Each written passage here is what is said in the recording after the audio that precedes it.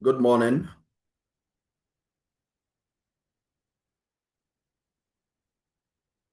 Good morning, sir. Um, Everyone is doing well. Okay, sir. Yeah. And up to the number, I was waiting for the number to increase the attendance.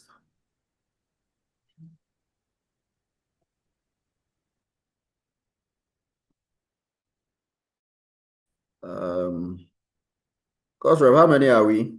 I think we are 17, right? Yes, please, you are 17. Okay. All right. So I think six people haven't yet joined. Okay. Okay. I think we've waited for enough time so we can proceed. All right. So today we are looking at digital rights, regulations, and digital practices. And we'll try to explain the illusion of dematerialization and also mapping our personal digital ecosystem. So as I always say, the class has to be participatory and involved. So I'll need your attention as we move along. I hope you either have your laptop by you or you have your iPads and your, how should I say, your phones with you because I'm doing some form of practicals or activities at your end with your devices. Okay. So we'll also analyze three environmental impacts of ICT.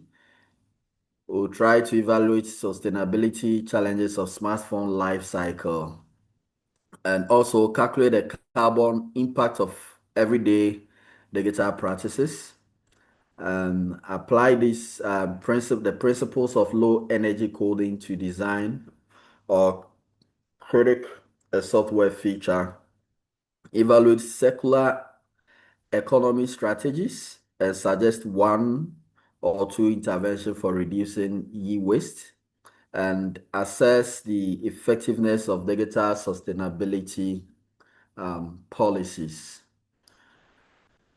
So um, we all have access to digital technologies and digital devices. And most often than not, we perceive these technologies, that's the data and the software as intangible or immaterial in the sense that it's not something that you can easily see with your naked eye as to its quantification or its impact or even how broad it is. But we understand that these data and softwares, although they are digits that are working together, um, rely on infrastructure because without the physical presence of the computers and hardwares, um, you wouldn't be able to run your software or even access your data. And these forms of physical infrastructure has study shows that it consumes a lot of electricity. It consumes a lot of electricity. I don't know if you've ever been to a computer lab where almost every computer is on and there isn't an air conditioning working. You feel that the place become very hot. You can even look at cafes, the cafes. Nowadays, almost everybody have a PC or a laptop, so most people hardly patronize internet cafe. But those days you could recall going to the internet cafe, you can even have two or three fans switched on, but yet still the room becomes very hot. And that is because the physical infrastructure is consuming a lot of energy and producing excess energy. Um, Say that digital is not weightless, although you can't put it on a physical scale or a bin balance to try and determine its weight. But yes, so it's not weightless because it runs on certain devices and infrastructure to consume energy and also have other effects either on your pocket or on the environment. So, study shows that globally, data centers around the world,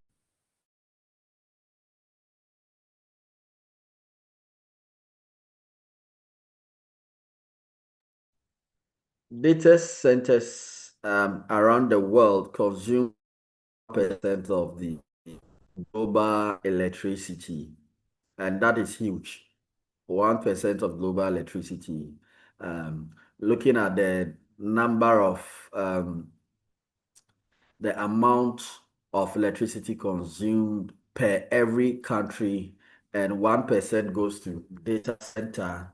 That is huge. We have these mobile towers and routers, undersea fiber optic cables, and almost everybody's in the globe also relying on the mobile devices. And I know today you might have charged your phone, or maybe yesterday you put your phone on charge. So that also consume energy. ADIME, which is a research institute, found that 4% of global greenhouse gas emission, okay, comes from aviation.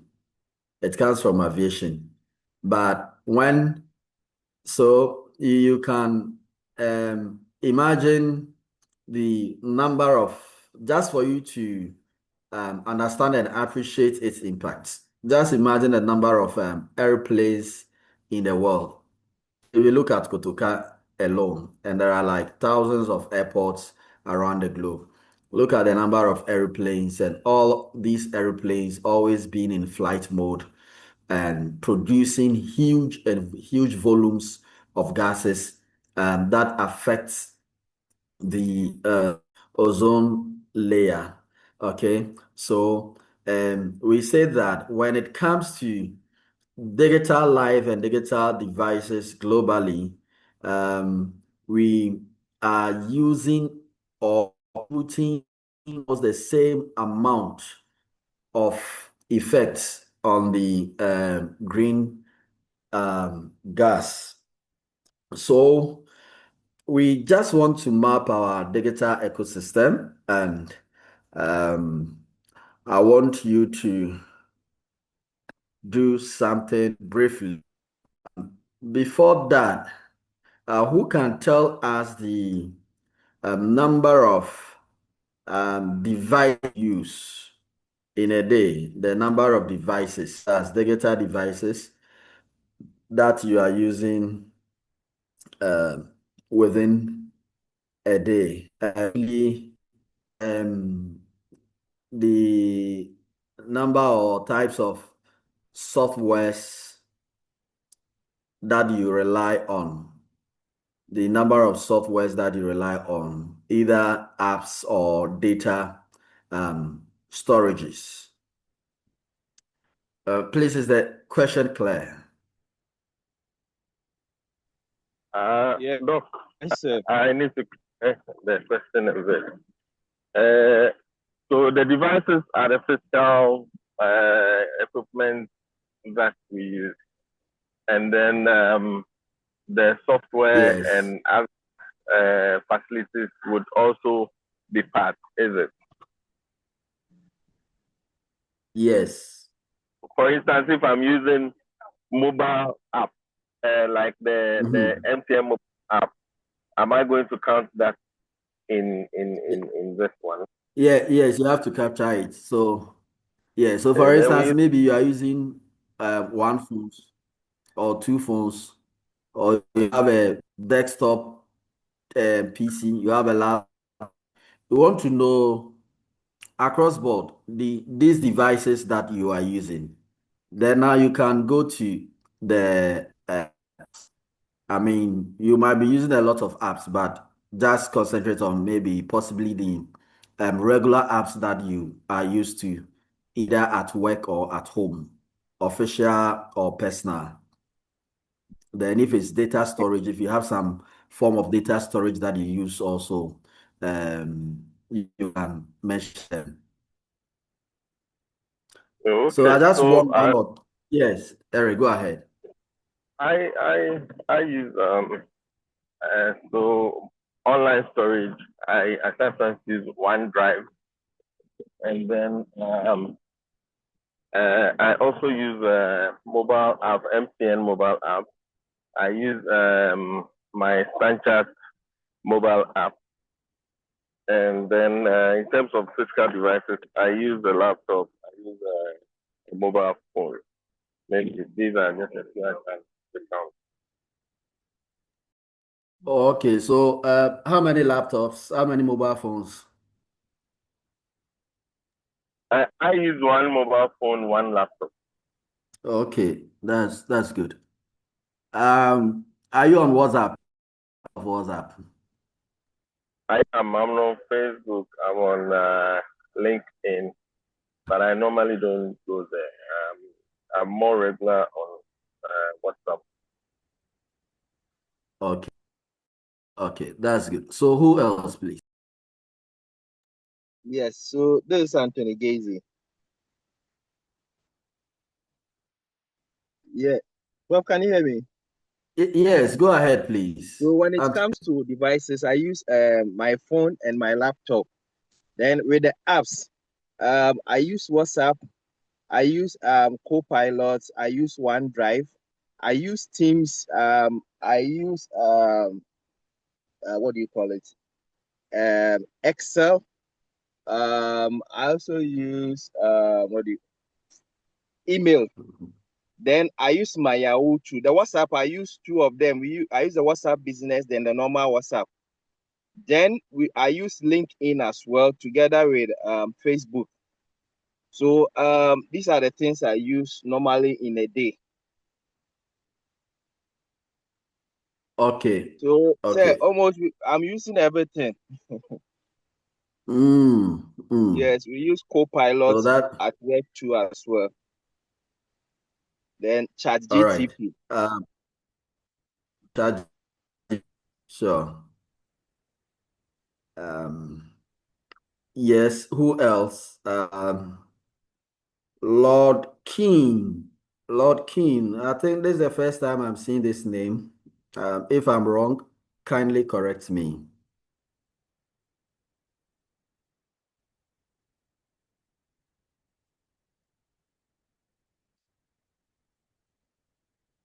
Yeah, Lord, I can hear you.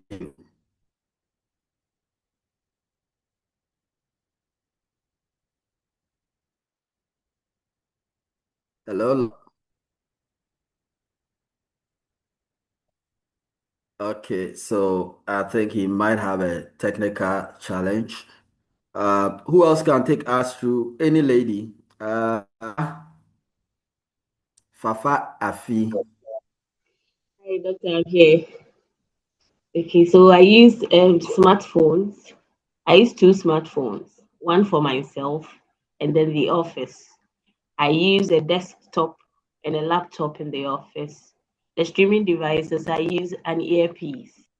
And then I also use YouTube to listen to news and then Okay, other music. Yeah. okay, okay. Okay, all right. That's good. So I want us to map our digital ecosystem. In fact, at least I know everybody has a phone here. So once you have a phone, you might have one app storage or um, any popular software or platform that you might belong to. This is to uh, help us know our digital life. Okay, it is to help Prof, us know our digital. Yes. you mentioned my name first. I think I had some technical issues. Lord Benu. Okay. Yeah, I said Lord King. Is Lord King the same as Lord Benu? Yes, please, Lord Benu. Yes, please. So it's Lord King Benu. No, Lord Benu. When I was writing it, I made a mistake. So You made an error. Okay. yeah. Okay, then tell us about yourself. So I'm Sicho. I have one laptop, two phones, and one desktop. That is MacBook. So I have a lot of apps that I use a day. When it comes to the ethical hacking apps, I use Wireshark. I use Okay. Metasploit. And when it comes to the dating apps, I use Afro Introductions, I use Kisses of Africa. When it comes to other apps, I use Perplexity, I use Quillbot, I use DeepSeek, and I use my bank apps as well. But when it comes to the softwares, I've been using this internal election system for my party, that is MPP. I also use a membership election system and etc. Thank you, sir. Okay. Thank you, Lord. Um, that's good. But the dating app, you have two apps for the dating. Yes, Um, please. okay. All right. I So have a lot. this is what we are These are doing. Hello? I have a lot, but these are the ones that I can These are the disclose. ones that, okay. So this is what you are going to do. Trying to do an infographic of your digital life. Okay. It doesn't mean your design should be exactly as this. It doesn't mean your design should be exactly as what is on the screen. Um, you can have a different template, but the most important thing is that get um, should I say, an infographic of your digital life. So at the end of today's section, Ken, when it's about 30 minutes to time, just let me know. Um, Everyone will project his or her digital life infographic. The last 30 minutes will be for this activity. Once you know your digital life, as we have discussed over here, or as your colleagues have mentioned, you can easily generate this infographic in about 5 to 10 minutes. So this will form part of your continuous assessment, and I'll grade it over 10. I'll grade it over 10. So once you are able to do that, you present, I grade you at this end. Let's go on. Now, the technology, you say that it has four major footprints. One has to do with the energy demand. Two has to do with the carbon emissions. The next one has to do with material use. And the last one has to do with e-waste. So these very four footprints are the footprints of our digital.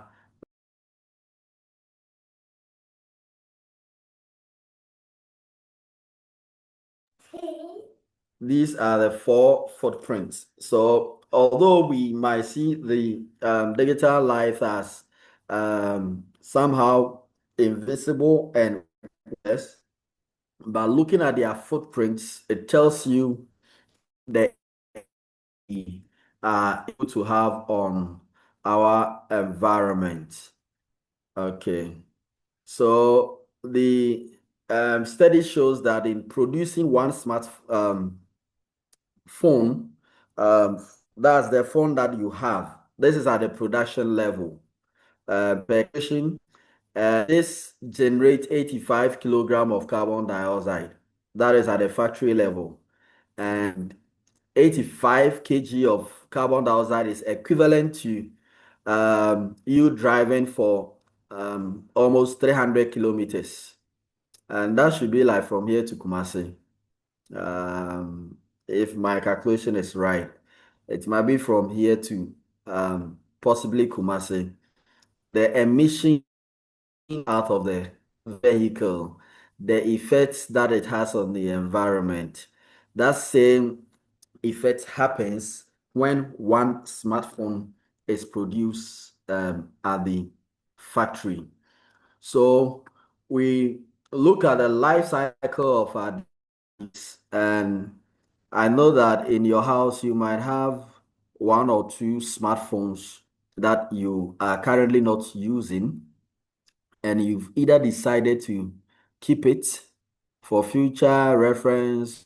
Later, when you have any emergency, you can fall back to it, or you have disposed it off. So the materials that we use in producing these phones, like the cobalt, which globally about 70% we get from Congo, and we all know what is happening in Congo.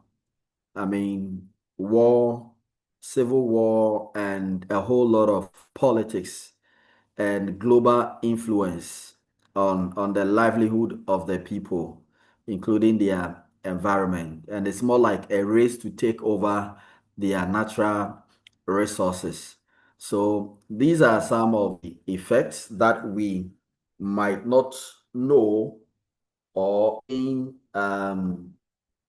consider. The manufacturing also happens, and when it comes to distribution, we are also generating CO2. When it comes to the end of your phone's life cycle, where does it goes to? If it's not in your house, where does it goes to?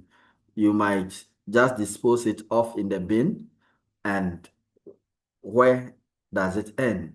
Most of them end up at Agbogbloshie, and we know that place and what is really happening there. So globally, this has to do with global e-waste. Okay, global e-waste, and research shows that 59 million tons of this e-waste are generated globally, and only 17% of them are recycled.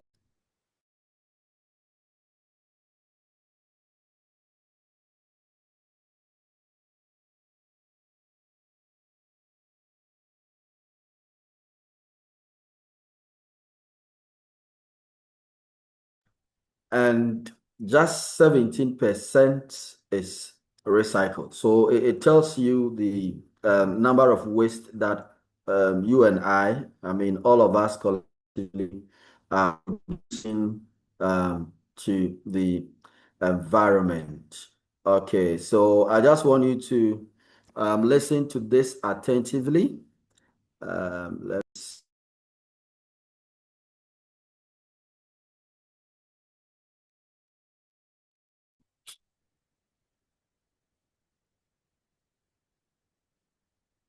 This is a story about a world obsessed with stuff. It's a story about a system in crisis. We're trashing the planet. Please, do you hear the sound? Yes,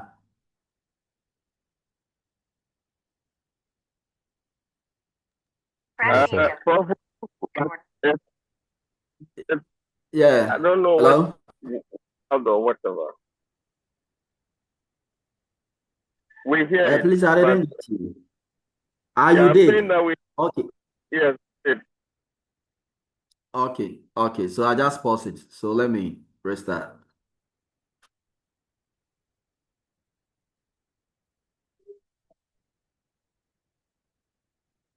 This is a story about a world obsessed with stuff. It's a story about a system in crisis. We're trashing each other, and we're not even having fun. The good thing is that when we start to understand the system, we start to see lots of places and turn these problems into solutions.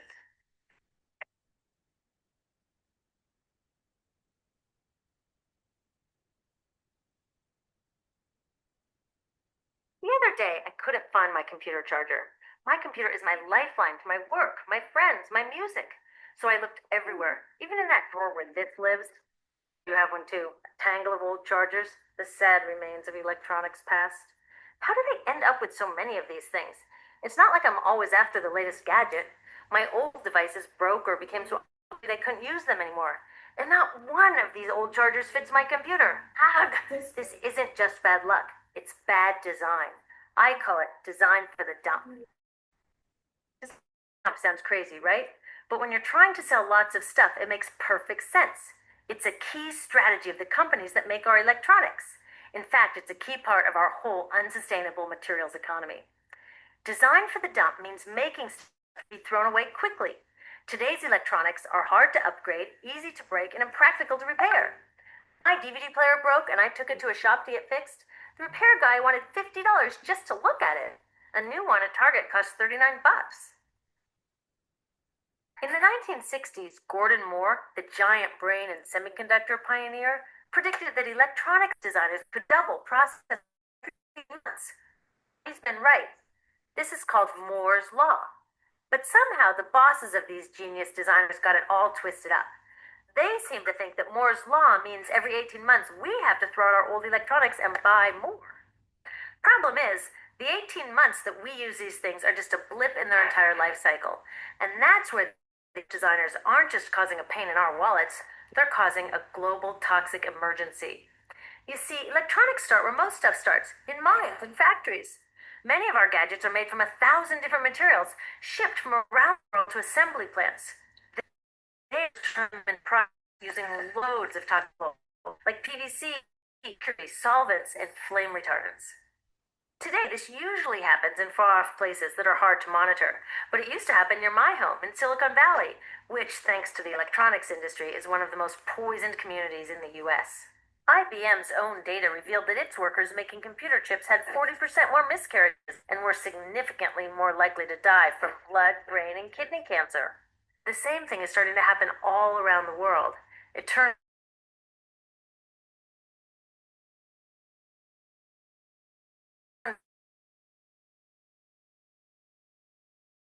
drifting further from its place of honor on my desk or in my pocket. Maybe it spends a little time in my garage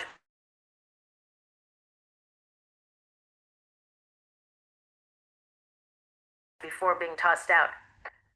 And that brings us to disposal, which we think mountains of e-waste we make every year. Remember how these devices were packed with toxic chemicals? Well, there's a simple rule of production. Toxics in, toxics out. Computers, cell phones, TVs, all this stuff is just waiting to release all their toxics when we throw them away. Some of them are slowly releasing this stuff even while we're using them. You know those fat old TVs that people are chucking for high-def flat screens? They each have about 5 pounds of lead in them. Lead, as in lead poisoning. So, almost all of this e-waste either goes from my garage to a landfill or it gets shipped overseas to the garage workshop of some guy in Guiyu, China, whose job it is to recycle it. I've visited a bunch of these so-called recycling operations. Workers without protective gear sit on the ground, smashing open electronics, cover the valuable metals inside, and chucking or burning the parts that no one will pay them for. So while I'm on to my next gadget, my last gadget is off poisoning families in Guiyu or India or Nigeria. Each year, we make 25 million tons of e-waste, which gets dumped, burned, or recycled. And most recycling is anything but green. So are the geniuses who design these electronics actually evil? Because the problems they're creating are well hidden even from them. You see, the companies they work for keep these human and environmental costs out of sight and off their accounting books. It's all about externalizing the true cost of production. Instead of companies paying to make their facilities safe, the workers pay with their health. Instead of them paying to redesign using fewer toxics, villagers pay by losing their clean drinking water. Externalizing costs allow companies to keep designing for the dump. They get the profits and everyone else pays. When we go along with it, it's like we're looking at this toxic mess and saying to companies, you made it, but we'll deal with it. I've got a better idea. How about you made it, you deal with it? Doesn't that make more sense? Imagine that instead of all this toxic e-waste piling up in our garages or in the streets of Huayu, we sent it to the garages of the CEOs who made it. You can bet that they'd be on the phone to their designers pretty fast demanding they stop designing for the dump. Making companies deal with their e-waste is called extended producer responsibility, or product back.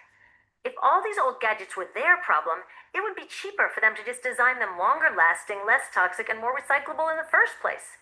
They could even make them modular so that when one part broke, they could just send us a new piece instead of taking back the whole broken mess. Already, take-back laws are popping up all over Europe and Asia. In the US, many cities and states are passing similar laws. These laws need to be protected and strengthened. It's time to get these brainiacs on our side. With take-back laws and citizen action to demand greener products, we can start a race to the top where designers compete to make long-lasting, toxic-free products. So let's have a Green Moore's Law. How about the use of toxic chemicals will be cut in half every 18 months? The number of workers poisoned will decline at an even faster rate. We need to give these designers a challenge they can rise to and do what they do best: innovate. Already, some of them are realizing they're too smart to be dump designers and are figuring out how to make computers without PVC or toxic flame retardants. Good job, guys. But we can do even more. When we take our e-waste to recyclers, we can make sure they don't export it to developing countries. And when we do need to buy new gadgets, choose greener products. But the truth is, we are never going to just shop our way out of this problem, because the choices available to us at the store are limited by the choices of designers and policymakers outside of the store. That's why we need to join with others to demand stronger laws on chemicals and on banning e-waste exports. There are billions of people out there who want access to the incredible web of information and entertainment that electronics offer. But it's the access they want, not all the toxic garbage. So let's get our brains working on sending that old design for the dump mentality to the dump where it belongs, and instead building an electronics industry and a global society that's designed to last.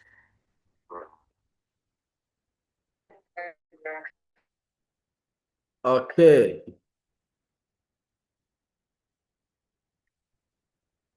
Great. So this indeed tells us why every year you have another version of a phone, just like the iPhone. I don't know currently where they've gotten to, whether it's 20 Pro Max or 18 Pro Max. The question is, who bears the responsibility? Is it the consumer, the manufacturer, or the government when it comes to design for the dump and we having negative effect,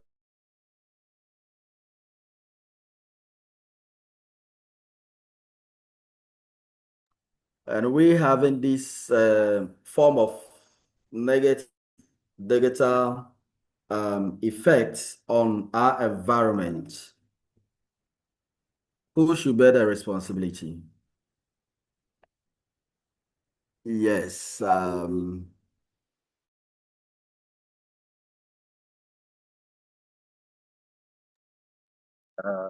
sir. Yeah, Eric.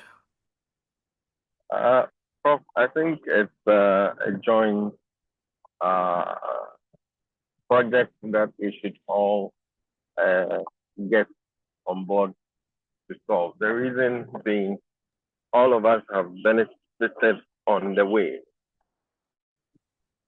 and all of us have a kind of split society: the user, the government, and the manufacturer.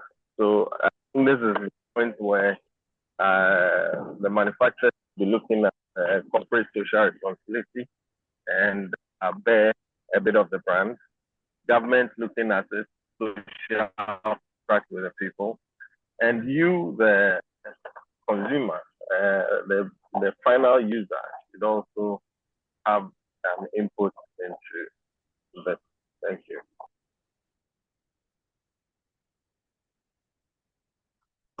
Okay, that's fantastic. Who else? Any other objective view?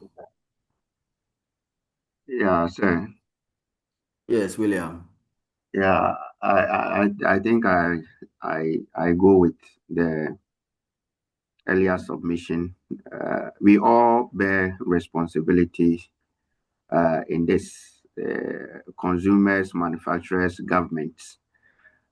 Consumers may have to take care of these devices that are produced, and if they are no more in use, they have to make sure that they are rightfully disposed of, so that the negative effects, the carbon emissions and others, will be minimal on others. Manufacturers also bear that same responsibility by using the rightful materials to produce such gadgets for use. And governments will also have to enact laws. And if the laws are already existing, the government will have to enforce these laws so that there will be sanity in this industry.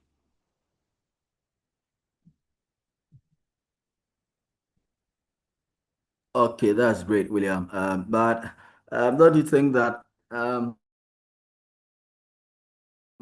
government have the laws, but implementation is a challenge, and also for consumers, I mean, we are always at the mercies of the producers. So if producers are not producing green products or sustainable products, for consumers, you just need something to use. You need a phone to use. You need a device. You need a now we don't have Walkman.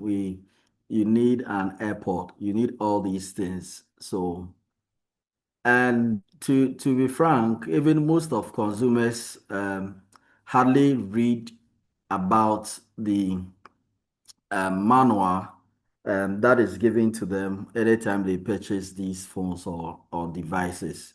At times, the manual even tells you how you are supposed to dispose of the products, and it also tells you its risk level and stuff like that. But most people will not even bother to read. So I side with you, but I just think the manufacturers has a lot to play because they determine the pace. Yes, any other view, any view. Then we move on. Who else? Let me see the names.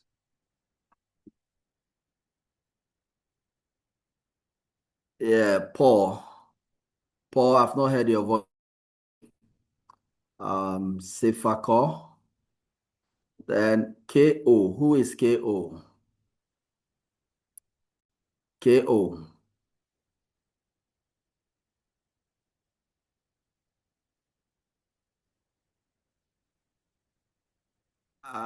Please, are you in class? All those that I just mentioned your name. Yes, sir. I'm not Yes, getting any sir. Sam in feedback. class. Hello, Sam in class. This is Paul. Okay, Paul is in class. Okay, Paul, you are here. What up, Yes, sir. Sefako and So as KO? my colleagues have said, the government has a role to play. We, the consumers, have a role to play, and the manufacturing company also have a role to play. But my main challenge is, I know we are in developing countries, but if you go to the Europe, when you buy, let me say, a bottle of water, and you take it, you have an opportunity to return it to take something back. So coming in into this space, looking at our gadgets, I don't actually see, if you can help me, that when you use your gadgets is obsolete, there should be a place that maybe say dampen side that you can drop it. As you rightly said in your earlier lecture, that it ends up in a agbogulushi, which is very risky. So I think the manufacturing companies should take it as upon themselves as their corporate responsibility to educate their consumers as to how, when their phones or gadgets are obsolete, where appropriate it can be maybe a dumping site, so that we will not just spread our gadgets onto the market or every dumping site. Thank you. Okay, that's good. You see, like waste segregation, and that is one challenge we have. And when it comes to waste segregation, it's something that is lacking in Ghana. Elsewhere, waste segregation, you have a place that you put those um, devices and unwanted equipment into, and those things are collected and they are sent to a special facility.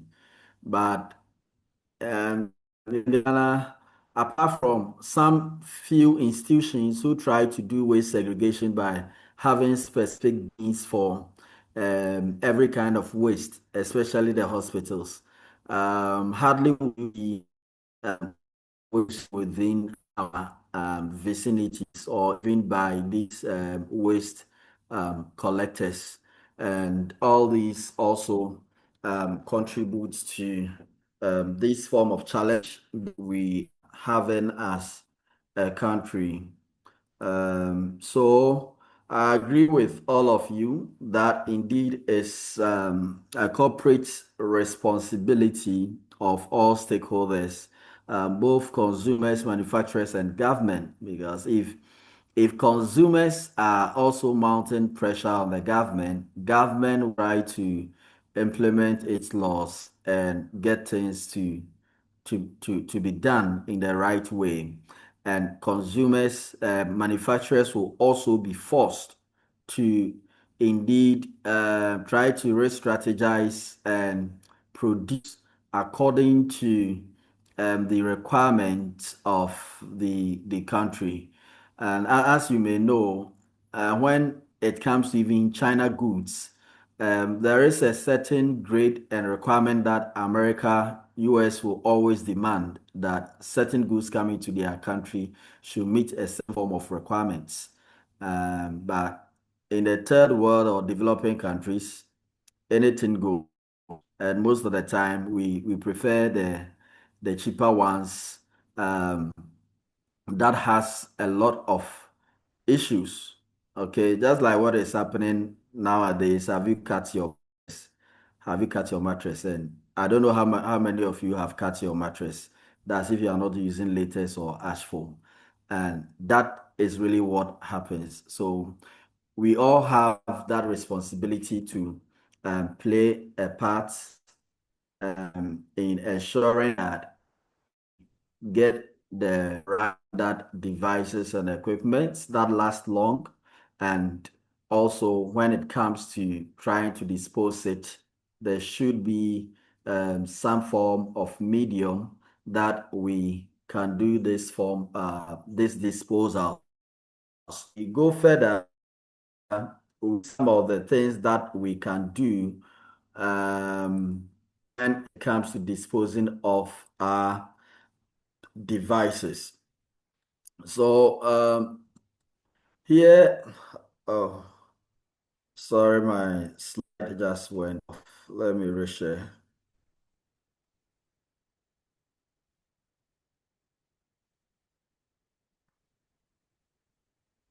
Oh. Please, can you see my screen? Yes, please, you can see it. Yes, Prof. Yes, we can. Okay. Okay, let me see. Just a minute.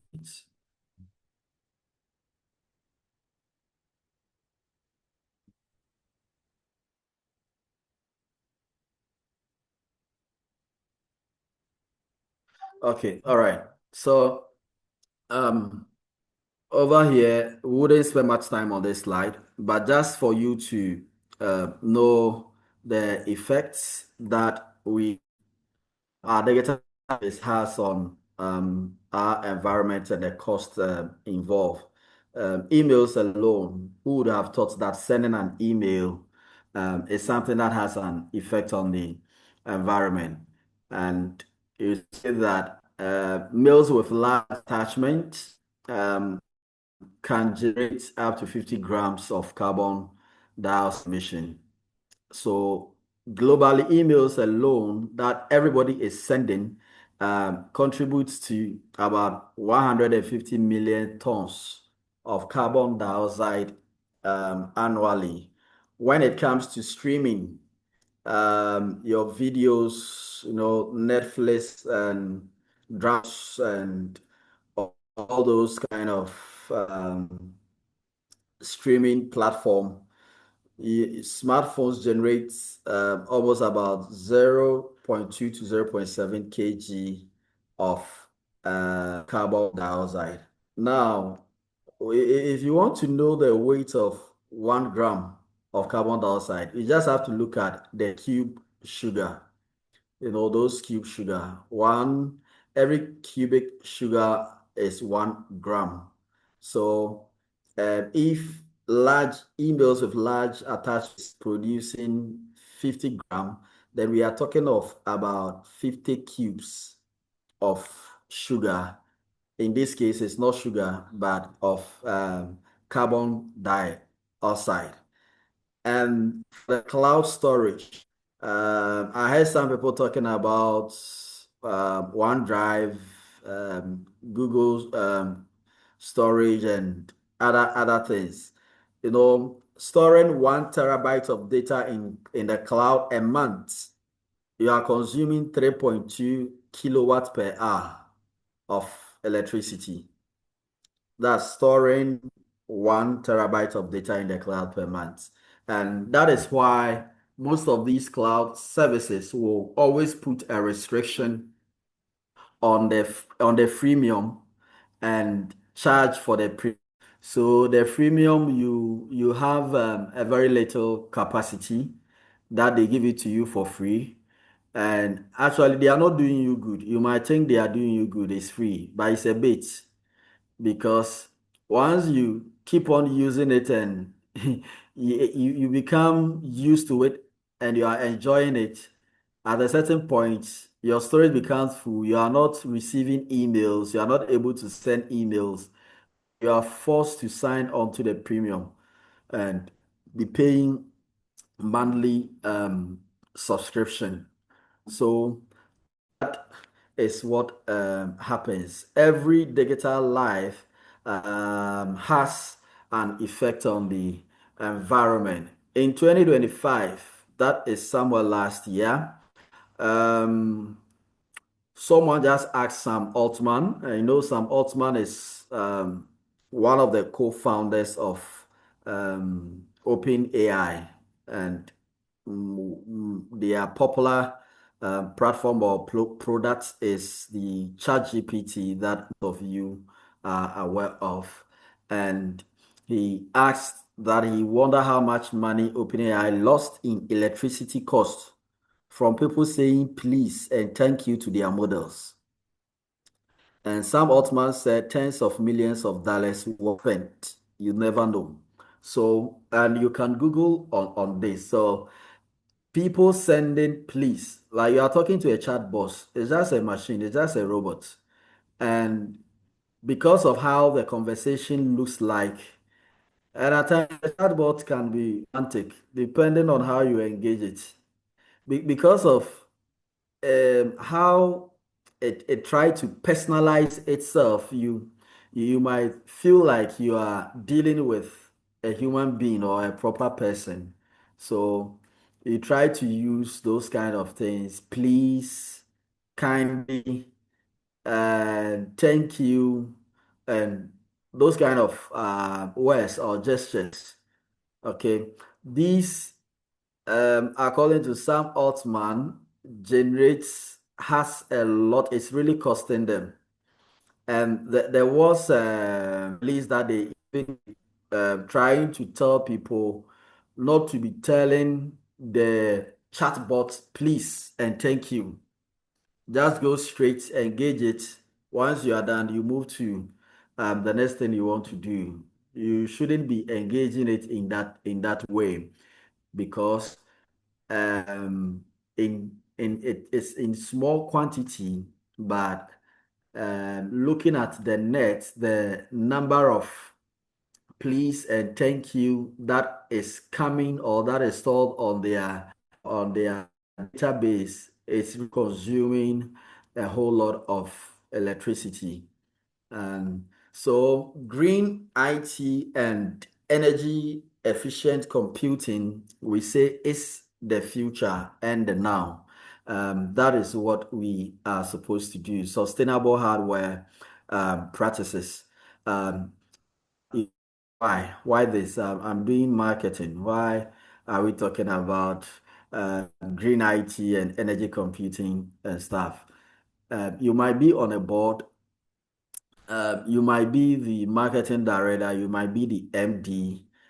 Your IT department might want to procure some devices for the company.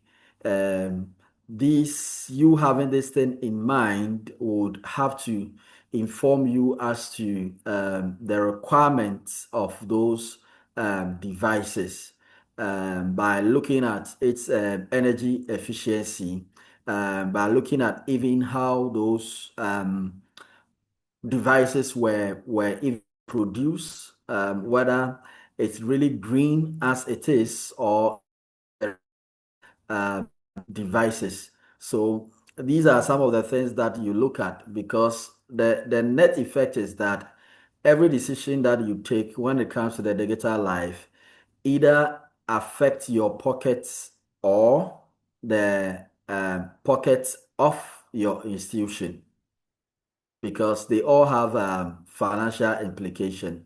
You can purchase or set up a data center that might be consuming a whole lot of um, electricity. And you could see that in most institutions, when you go to the data center, it's more like the cold room. Because of the amount of heat that these centers produces, you have to install a whole lot of air conditioning to ensure that the place is always cool and the system has the freedom to run. Because if the place becomes very warm or hot, that can also cause your devices to burn out or break down. So all these has some form of financial implication, either directly or indirectly. Even when it comes to softwares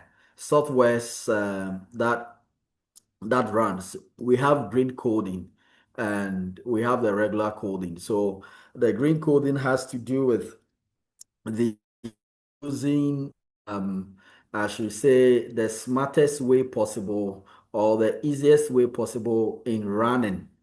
Okay, that's minimizing computational resources. And if you just want to know how this looks like, just imagine your laptop. When your laptop is, you are using your laptop and um, you have just opened just one application, it runs smoothly. But at a point when you see that you've opened a whole lot of applications, you've tried to open a software that demands a lot of memory to run, you can even hear your laptop running, either trying to, you hear some whining sound or stuff like that. It tells you that it is operating at a very high capacity and it's also consuming a lot of resources or energy at that point in time. So, cloud computing is something that we say is really helping most institutions nowadays. Now, almost everybody has a cloud storage. Indeed, it's helping us at our end but in totality, the effect is still there because the service, although we talk of the cloud, the data is not in the cloud as in the space. It is sitting on a server somewhere. It is sitting on an infrastructure somewhere in a different country or a different location. And the idea is that although you might have a cloud services, everything that you are doing also has a digital footprint on the environment. So um, Google tried to reduce its energy usage by 40%.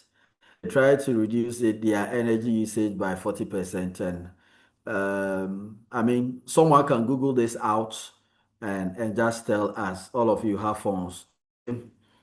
Did something innovative by putting some of their data centers in the sea, putting some of their data centers sea. I don't know what the aquatic life profession will say about it and the effect that it might have on aquatic life. I haven't checked on that yet, but you know, instead of having the data center on on the ground and trying to provide a whole lot of cooling effects, air conditioning, and other things which consume a lot of electricity, they decided to put it inside the sea. In that case, they avoid the cost of cooling, of trying to run air conditions, send maintenance, paying electricity bills, and all those things. So they planted part of their data center in the sea so that the itself will have that natural cooling effect to cool down the data center. Microsoft, that's by the end of 2025 last year. That was their objective to achieve 100% renewable practices. I'm yet to check on they were able to achieve it or it's extended. And Apple also from 2013 started renewable practices for their data centers, just like what Google is trying to do. So when it comes to developing softwares and app, we say that we have to go by the sustainable way in that CPU and memory usage should be minimized. Okay, we have to look at efficiency and also scalability. Now, this slide is for your consumption, but don't worry on this slide for the exams. Okay. I'm never going to bring this in an exam. This is a marketing class. But just for you to understand when we talk of green coding and the principles and all these, what they are. We made mention of efficiency that is trying to do code minimization. And also we talk of lazy loading in that the application or a model within the action is supposed to run when it is needed. It's supposed to run when it is needed. To give you a good practical example, you see that you have so many applications on your desktop, but not all of them opens up when you on your PC. On your PC, at times you have one or two applications that open up. And most time when you are installing a software, it asks you whether it should open at startup. If you say it should open at startup, what it means is that anytime you open, you put your PC, that software will open up or load by itself. Now, you have other softwares that do not load by itself unless you need it. So if you want to use Microsoft, you go and open the that's Microsoft Word. You go and open the Word file. If you need Adobe PDF, you go and open it. So this becomes more like lazy loading. Okay, that is opening the file when needed or opening a software when you need it. So that is the lazy loading. So when it comes to you developing running codes or developing a whole software, you don't have to engage all your models and every compartment running at the same time. It is in section, so they has to run when there is a call for them to run or to work. Caching also reduces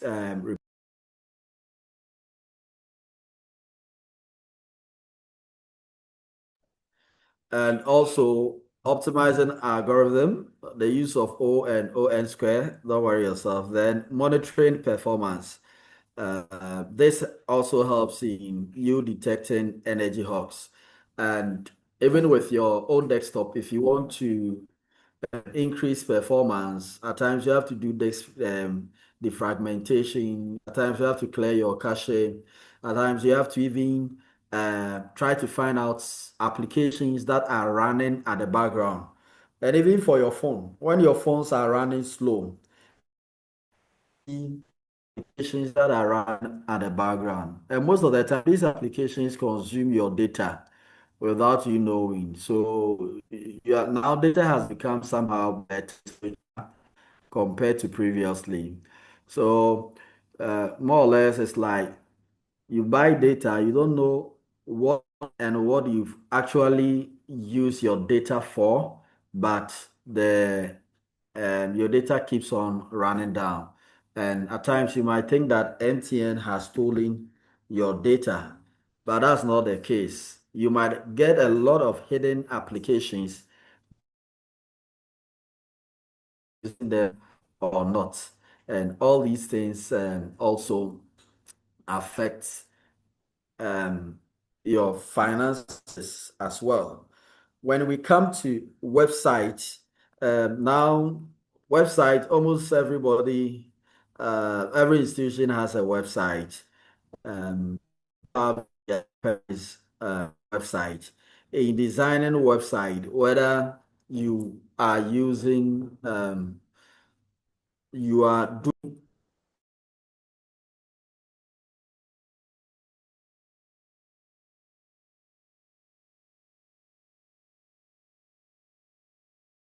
whether you are doing hard coding or you are using assisted platforms and apps to generate it. The most important thing is that you have to minimize energy usage. Okay, trying to make your website very energy efficient. You files that you are putting on the website, it shouldn't be that heavy because if these files are heavy, whenever your clients visit your page and they are trying to access your website, it keeps on long time to load. It keeps long time to load. And now people don't have patience. Most especially when it comes to using technology. Everything is fast, fast, fast, fast, fast. And if you're on a page that keeps, I mean, till thy kingdom come to load, you become irritated and uh, you try to avoid using that page or that website as much as possible. So that is why you have to look at the weight of the files that you put on your page. And also, your page should be accessible. It should be accessible and indeed accessible to everyone, even including the disability, those with disabilities or those with other ability. Let me put it that way. And this we say promote inclusivity and reduce unnecessary resource use. So in designing website for ourselves, these are some of the things that we have to do. Now we are saying that the website should be disability friendly. How can we get our interface to be disability friendly? I mean, you can look at your company website or any website that you've been visiting.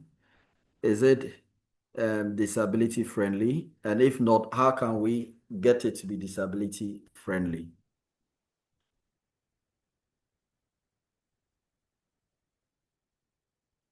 Yes, anyone?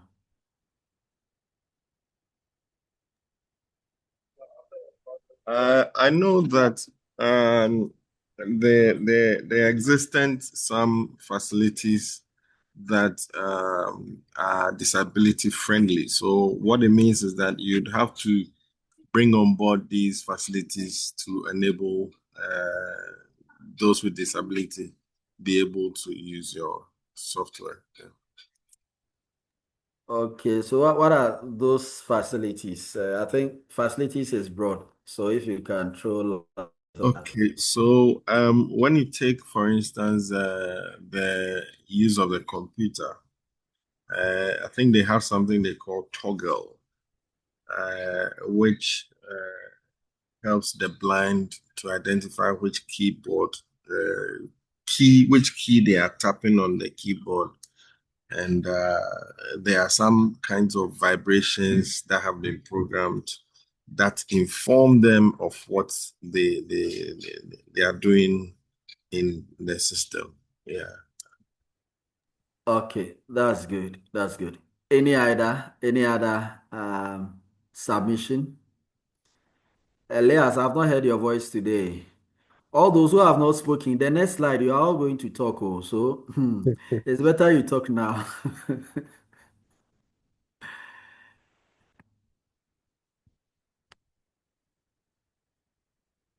Claire, I've not heard your voice today. Clement, I've not heard your voice.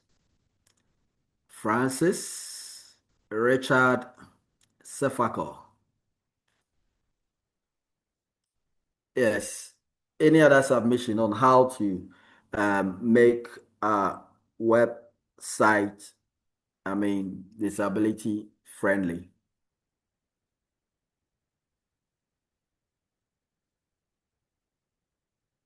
Okay. Okay. All right. So that was a good submission. And the other aspect too is that you when you do the Hello, Doc. website, yeah, Elias. Yes. Uh, Also, you can use this content that has low flashing, like it is not too bright to prevent triggering those who have Cal- seizures, like Okay. too much bright this content in videos can also trigger stuff like that. Okay. Okay. Okay. Thank you. So you might also try to, as you said, look at the text, the font sizes. Yes, yes. Some people not able to read when the text are very, very small. So you can look at that. And even if those tests are not there, it can be adjusted at the user end. But you developing or trying to build that website for your marketing agency, you have to look at it. And also when it comes to those who I should say are not able to see properly, um, you could have a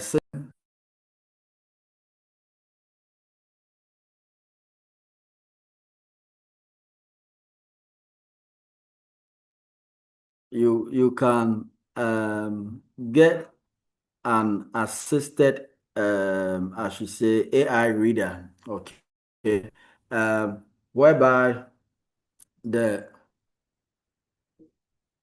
the voice or a prompt reads all the scripts that is found on the page. Just like when you go to, I think that BBC or CNN, you go to the news. I think my Joy also have that functionality. My Joy Online.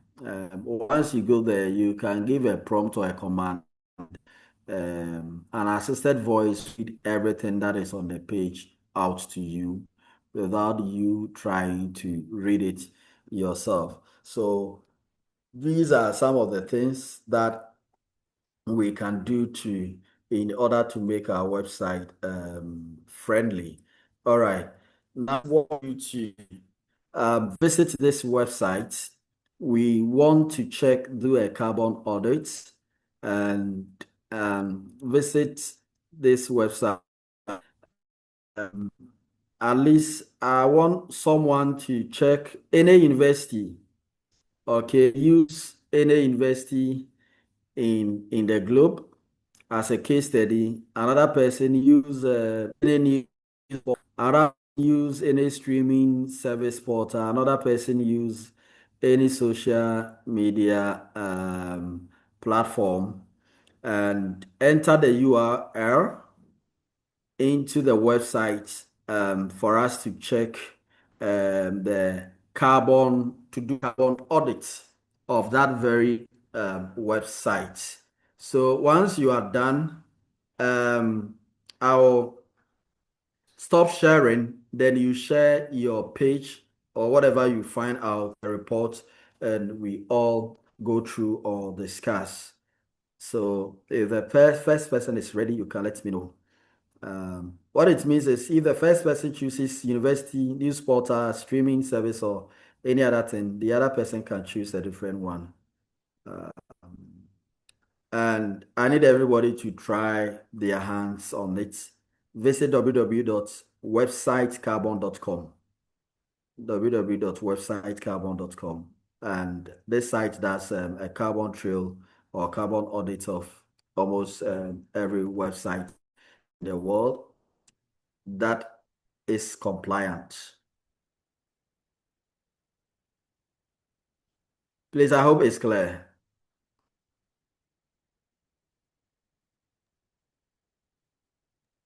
Yes, Doc. Okay. So please, I'm waiting for the first person. Yeah, the Claire. site again, www.carbon. Okay, I found it. Okay. Okay. So um sharing. You can share your page with us. Anyone who is done, you can share your screen.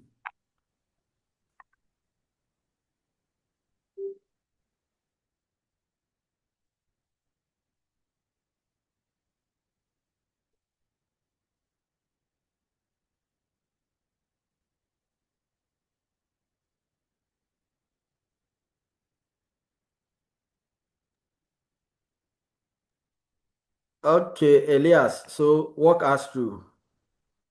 Okay, so I use Spotify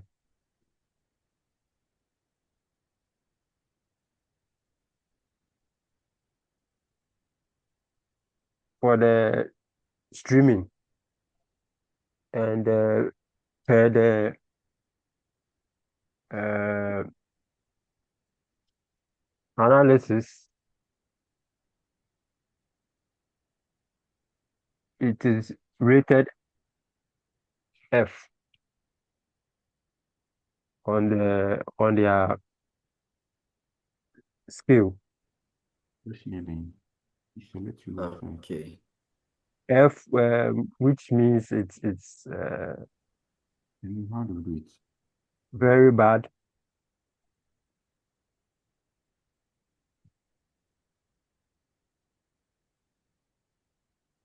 The U.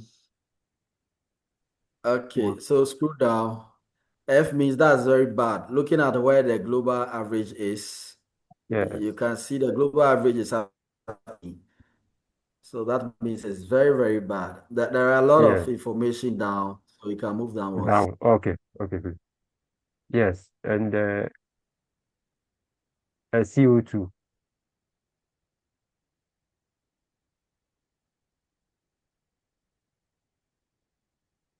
You can see that a CO2, 0.65 gram of carbon dioxide is produced anytime someone visits the website.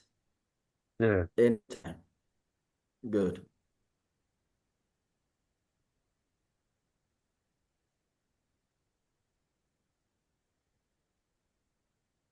Okay. Okay, go down. So what it means, they are not using green solutions. Yeah. They are not using green solutions for their websites.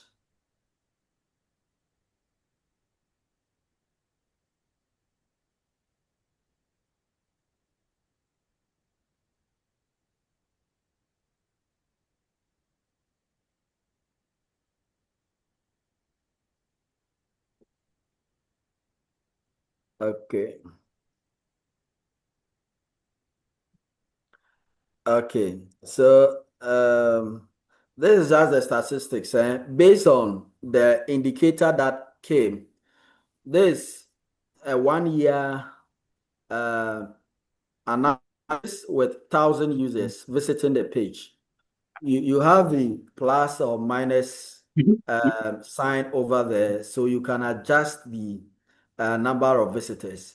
If Yes. you have, the actual number of visitors, you can adjust to that number of visitors per year. And there is another platform that also lets you know the number of visitors that visited any website in the globe within a year or within a certain period of time. So having that information will help you set the plus or the minuses, and you'll be able to quantify the actual effect of that website on the environment. So here we are just using a case study of 10,000 visiting the website a year. Okay, so now take us through what it produces. Um, yes, so explain it to us or read it out to us. Okay. So it's the CO2 is 77.93 kg, and it's equivalent to 10,559 cups of tea, maybe with milk and sugar.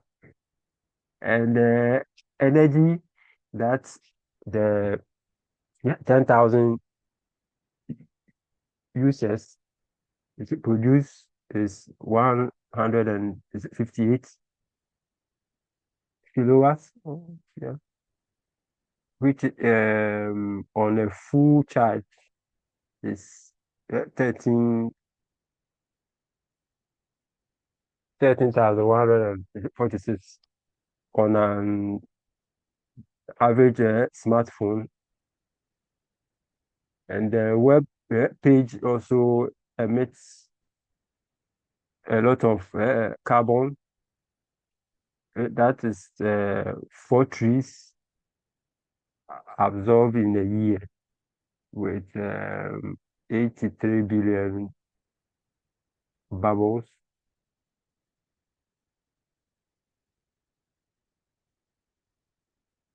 Energy for the energy is generated also can be equated to an electric car with 628 miles. Okay, so that is the energy consumed. Okay. Yes, yes. The energy For the the website consume 10,000, yes, in a year, that energy, yes, can power an electric car power and electric to car. drive for 1,000 kilometers. Yes. So at least it tells you the effects of just that wet on the environment. Okay, okay, Elias, thank you very much. Okay. Any other person? Yeah, you can all share. Then any other person who is ready can share their own.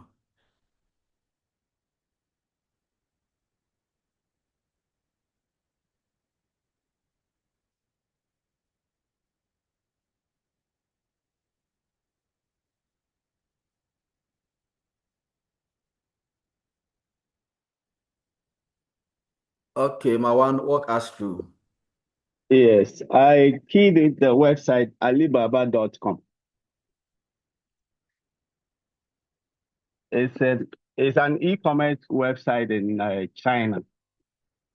And from this site, we can see that the rating is an F. Is my screen visible, Prof? Yeah, yes, it's visible. Yeah. Yes, so the rating is an F. And if we go down, this is the number of page views, I think, in a year. And it produces about 110.78 kilograms of CO2, which is equivalent to about 15,011 cups of tea.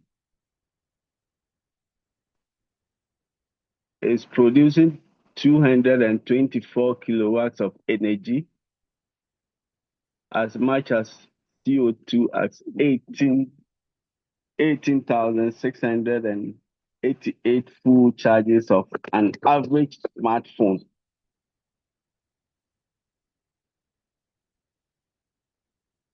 Giving us 118 billion bubbles. Hey, that's a lot of bubbles. I think I've already mentioned about the energy level that it is producing, 224 kilowatt hour of energy. That tells you that it's very high. Yes. Because that energy consumption can power vehicle for about 11,000 kilometers. And also the carbon dioxide that is, we are saying that that is more like the carbon dioxide that 6 trees have to use in a whole year. So it tells you that just one website is producing a whole lot of carbon dioxide into the environment that we might not even need. And all are contributing to global warming. Okay, thank you very much, Mawan. Anything you can all share? Any other one from a different industry or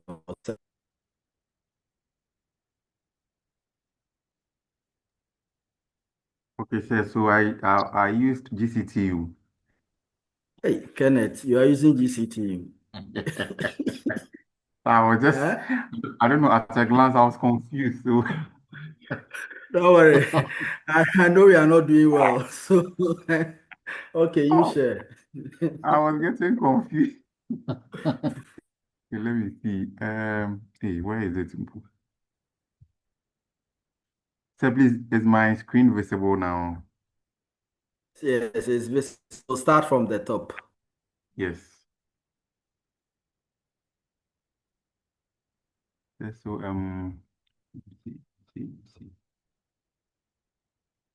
Wait, I don't know. Cool. Okay, It so says walk us through. Yeah, we have an F. you have an F, yes. 91% dirtier than all websites. Okay. Yes. Hey. And Okay, I'll not talk again. You go. Spotify hey, was GCTU, and it's a whole. 81. It's produced every time someone visits the page. Oh no, it looks big than. And so also, is that over a year with 10,000 monthly page reviews? That's what the site produces, and hey, 138.52 kg of wow. Hey. Some of the one, so you go on. It's serious, though. Which one there? Hey. I say as much as carbon as boiling water for 18,769 cups of tea, and then with the energy, that's 280 kilowatts of energy, as much as well 23,367 full charges as of an average smartphone. Wow. Hey, say university power, and then 148 billion bubbles. Wow. Shh. The seven trees, this web page emits the amount of carbon that seven trees absorb in a year. Okay. And then 280 kilowatt of energy. That's enough electricity to drive an electric car. Hey. I'm even confused. Wow. Hmm, I think so far So it's not that bad. is very high. Yes. It's very high, Yeah, right. and I that's think why we are paying so much electricity bill. electricity. Okay. Yeah. Yes, please. Yes. Yes. And Wow. as you know, this is just the GCT website. We've not talked about the LMS. We've not talked about the ERP. We've not talked about all those Mm, other all those, yes. sites that are in silos. So it tells you what our IT people are doing. This one I'm not part. What our IT people are doing and effect is having on the environment. But the energy, Okay. the energy is too much. Oh, anyway. Yes, it's too much. Hmm. Then it's too much. So you one day Yeah. go to the server room and see. The place And is see, very cool because of the amount of heat that is really emitted by the servers. okay. They have to Mm. mount, I mean, all sorts of air conditioning. Mm. Some of this air conditioning might not be green air conditioning. You Yeah. know, we have green air conditions, Yes, please. air conditions that run by consuming Absolutely. minimal electricity. Okay. So who got a page that has a very good score? Who got a page that has a very good score? You can share. I think all the sites we are getting are F. Let's get some success story. Please, nobody should check any university in Ghana again. All the universities are, they are alike. So,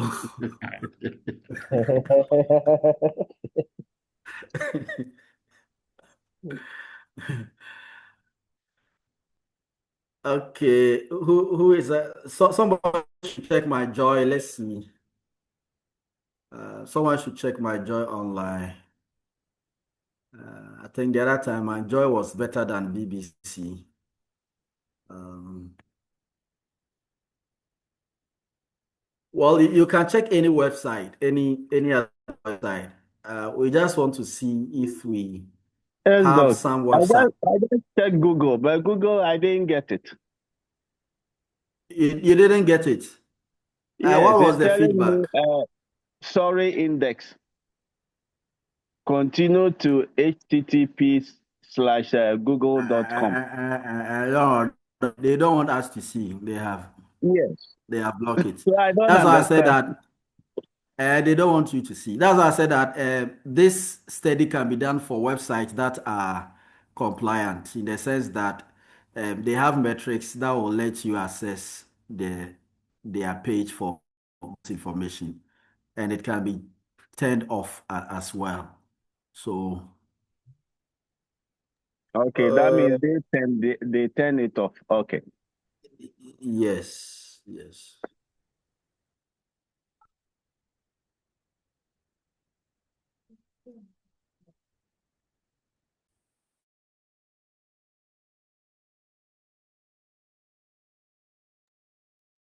Okay, yes. What page is this? Can you walk us through? Let's see the top. Yes, I think it's a good story. Only three trees. Let's see from the top. What company? Yes, my joy. And let's see the my joy. Yes, Okay, let's see the green.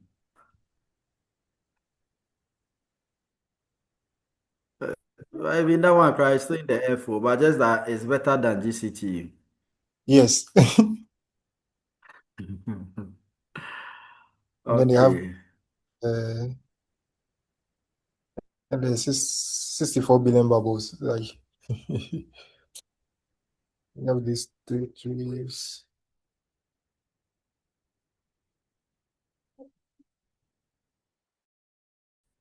So that's for my joy online. Then Yeah. Okay, that's good. Is there any better one than my joy? So you could see that the industry average or global average is F, telling you that most companies or institutions do not do green websites, they do not do green coding, green hosting. I mean, it's just a regular thing. And it's all because we are not conscious of the effect of our digital life on the environment. And it's only few institutions that have taken this seriously, that might try to ensure that everything goes green, right from coding, setting up the hardware infrastructure, trying to get the data centers running, and stuff like that. And some of these websites, you see that they will be scoring a green, or they will be having good grades. I've not come across an A, but at least a C or a D, I've come across some of them. So you can use your own institution as a case study and try to do some form of analysis on their carbon trail for their website. And I mean, let them know that you came to do digital marketing. Just put in some proposals or something, and do some analysis with the graphs and charts and history. And you can even do quantification as to trying to relate it to the amount of money paid on electricity. And when green practices are put in place, the amount of energy that the institution might be saving. Okay, and I think it would help a lot. Um, so I know everybody was able to visit the site and do this Yeah. activity. Yes, The IEA's website is also an F. it's F or A. Yes, please. F. F. Hmm. We have a lot of F. Now we are looking for A, B, or C. So Ghana if was anyone to come across A, B, or C, just let me know. I'll let you share and we go through. Okay. So bridging the digital divide, trying to have inclusion and equity. Um, in Ghana, we know that internet access is around 78%. That was when I was doing this slide. Now it should range around 80 something percent.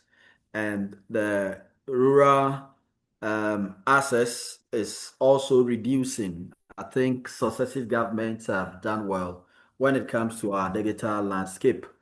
The only issue is that our data, we have issue with data and network.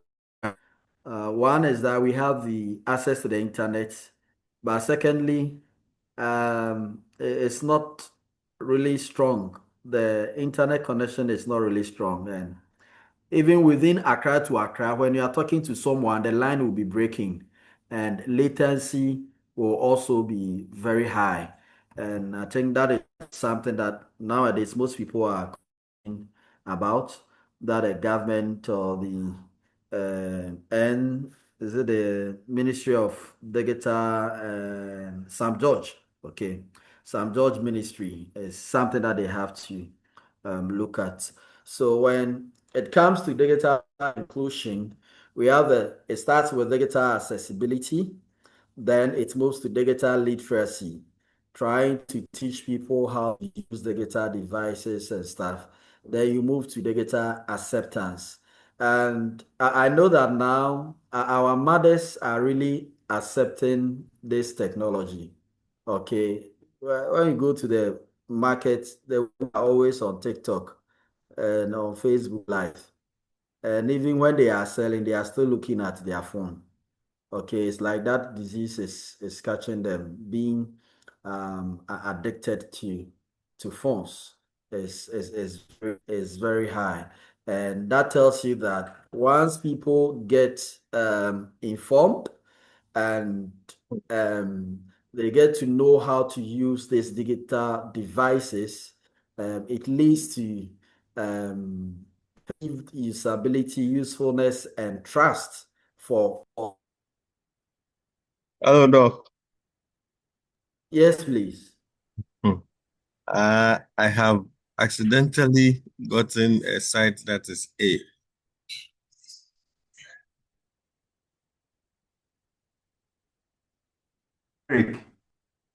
Eric, share let's hear. They are nodding.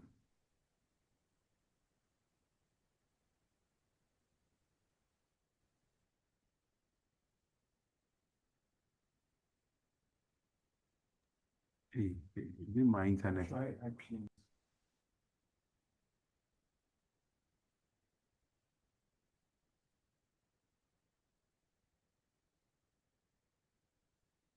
morning. Can you see my screen? Yes, we can see your Yes, we screen. can. And what site is that? What site? I was trying to verify the Presbyterian Church of Ghana's website. Unfortunately, I got pcg.fr, that's France. I don't know where France. Yeah. it exists, but it's an A. Oh, okay. That's good.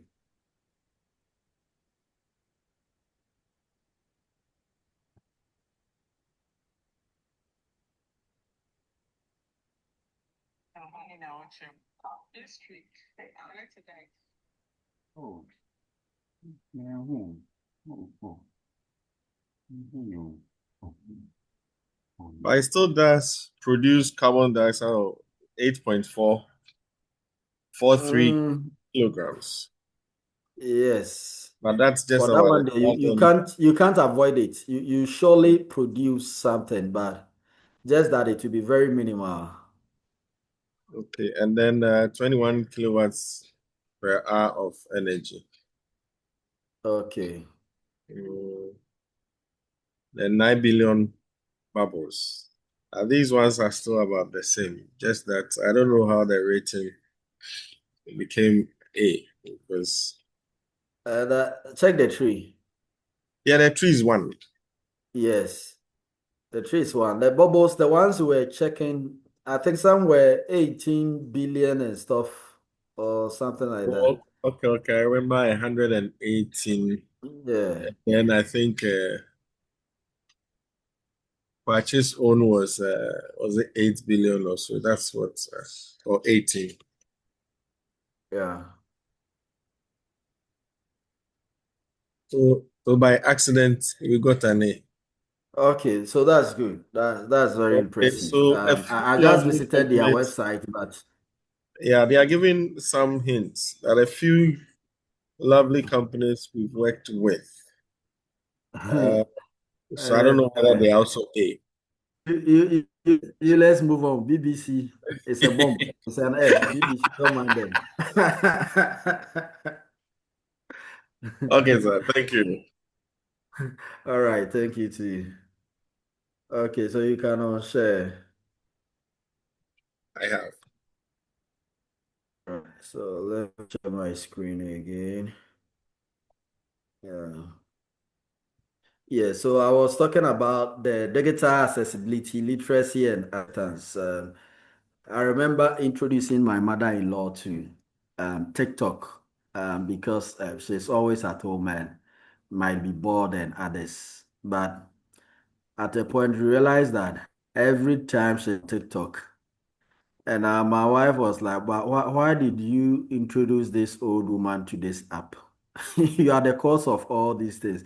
Because more like getting addicted to the platform, always being on the platform. So that is what happens when there is digital literacy. People get to know how to use an app or how to access a yield in perceived usability and usefulness. And once they see that form of usefulness, it increases their trust to that portal or to that platform. So we're looking at initially how some of these gadgets would be disposed the dump, designed for the dump, video that we just watched. And a very good example is using the circular economy, okay, the circular digital economy. And this has to, uh, is based on the R's. You can have the 4R, the 5R, the 6R, even the 7R. It's the circular economy is really based on the R in the sense that the device, instead of replacing it, should be fixed. You should be able to fix the device. Nowadays, there are some smartphones, once it gets spoiled, the amount of money you use to repair it, it's even advantageous you dispose and buy a new one. And even once it's been fixed or repaired, coming to use it again, it does not even last longer. So products should be done in such a way that when there are issues, we can easily will repair it. Even if we have iPhone, let's say we have from 16 to 17 Pro Max, we can easily upgrade our phones from the 16 to the 17. Well, they are in for money. So that is the R, first R. Then we have reuse. That is refreshing the phones for second-hand markets. Um, we know that there are some people, almost every year they change their phones. They have to use new phones almost every year. At least 2 years, they have to use phones. And once you are trying to use the phones, try to refer it for a second market or for a second user. You can decide to change just the housing, clear off all your data, and dash it to someone who might be of need. Rather than to throw it to the trash bin, you can just refurbish it by changing the housing. That at least the person will say, God bless you, and God will indeed bless you. Recycling, that's trying to recover the material safely.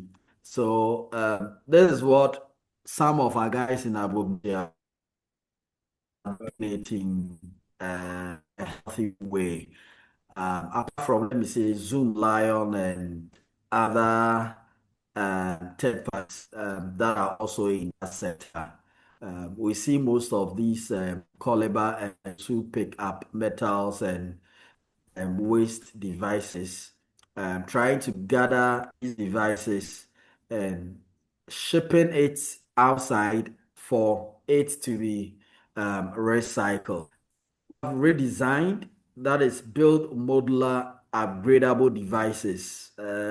This does not really happen to phones, but for computers, it's possible where you can upgrade your computer or build models. When you check the CPU, there are slots for upgrades and other things that you can use to expand or upgrade the um, technical standards or requirements of your device to meet the modern or the current version. So these are some of the initiatives in Ghana. I know you are not heard of them, but they are there. This Electrical and Electronic Equipment Center in Ghana. Okay, and they are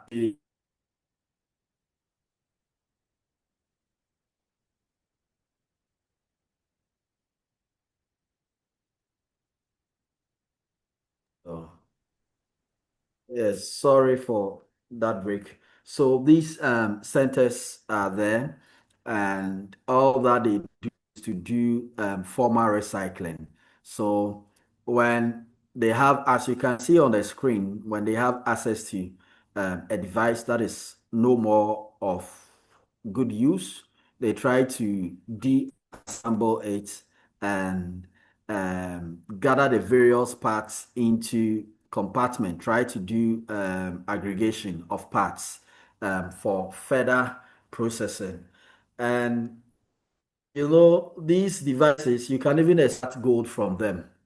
The only thing is that at times the gold are in minute quantities that individually or having one device, it becomes difficult to extract. But when they are compounded in larger quantities, in tons, um, companies are able to do recycling and extract these materials from them, whether it be mercury, gold, copper, and all those kind of things. So in Ghana, we have the EPA regulation, and currently EPA is doing well. Just that the attention now is more on Ramsey sites and Galamsey. And we also have the right to repair advocacy, which is a civil society pain. And I mean, a whole lot of other initiatives that are ongoing. So we bring this section to use, and if there are any questions, I open up for questions. We'll have about, let me see, about 15 minutes break. Then a hand somewhere. Yeah, Eric, your voice is far. Hello?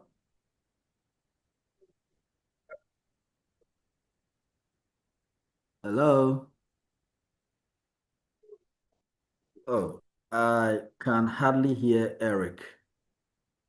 Any question, please? Anyone? Any question?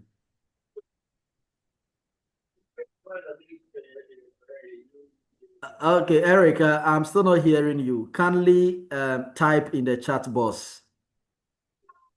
I don't know whether it's from your end or my end, but I'm not hearing you.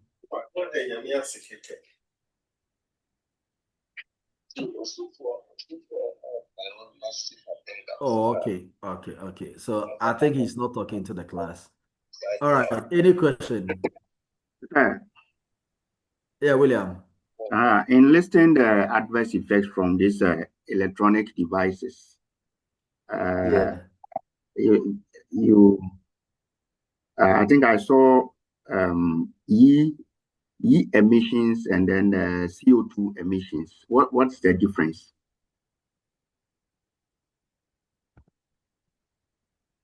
The difference between emission CO2. So what happens is that there are other gases that comes out, but concentration is just on the CO2. because that is the one that contributes mainly to, I should say, the depletion of the ozone layer or to global warming. But there are other gases that are also harmful to the not just the environment, but directly to the body. Uh, Carcinogenic, but those gases are not in huge quantities compared to the CO2. Okay, sir. Okay. Yeah. Any other question? All right.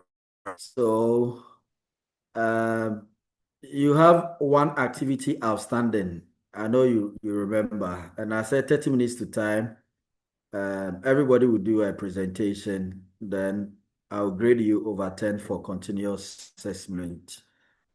So we'll have a Lord, 15 minutes.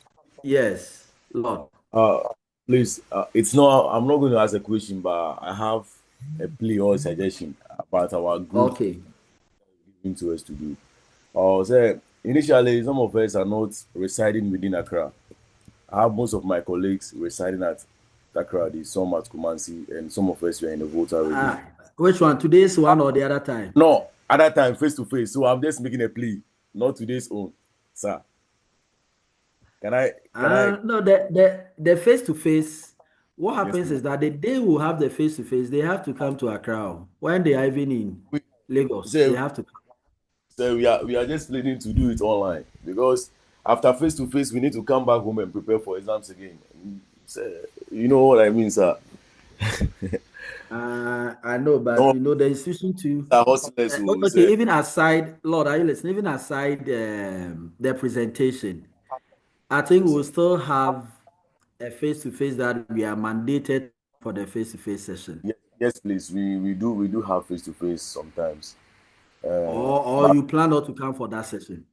no, sir, we are just pleading because sometimes moving from here to that place, you go and book a guest house, stay 2 days, you come back before 2 weeks time or 3 weeks time, you go and write exams. Sometimes, sir, you need to consider it. I'm just pleading. You need to consider it so that those who not be able to come around, you can do it online. Please, I'm just. Lord, they have not complained. You are the only one come this Oh, one my night guy. at least away one night from home. I mean to stress, change of environment. Uh, Prof, Prof, yes. I second to him. Sir, It takes me it sir, takes How? I me 2 days second to get to what Accra. Lord is How? saying. My guy, We are in Takra. The road is very bad. very, very bad. Tell you cry, you are close. Me from Brukum, I have to pick car to Kumasi, then the following day I continue. Or even if I pick night car, it will get to Accra the following morning. So I spend like 3 days roughly going and coming back.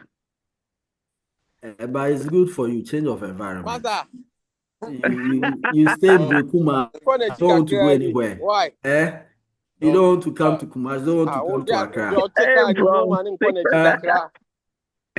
Boss, Yeah, Prof. Kakra, please consider our you aims. need to change the environment and see places. Okay. Uh, You look into it. We'll look into it and see. Thank you, sir. Uh, All right. So we meet again 15 minutes time. Okay, sir.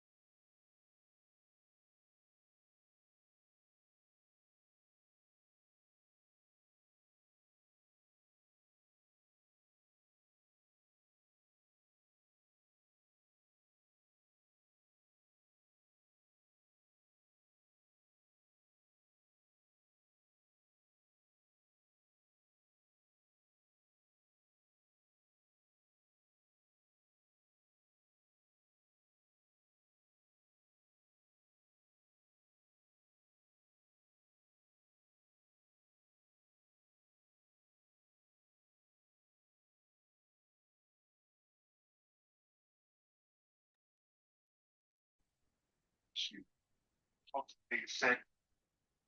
I thought they said that someone got to court and put injunction on the bill. Therefore, President Kufuor can't sign it.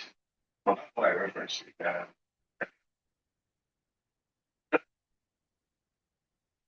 Kofi Fusuk Mensa, so the reintroduced bill as passed by MSA has no substance. You see, the content has been worked out.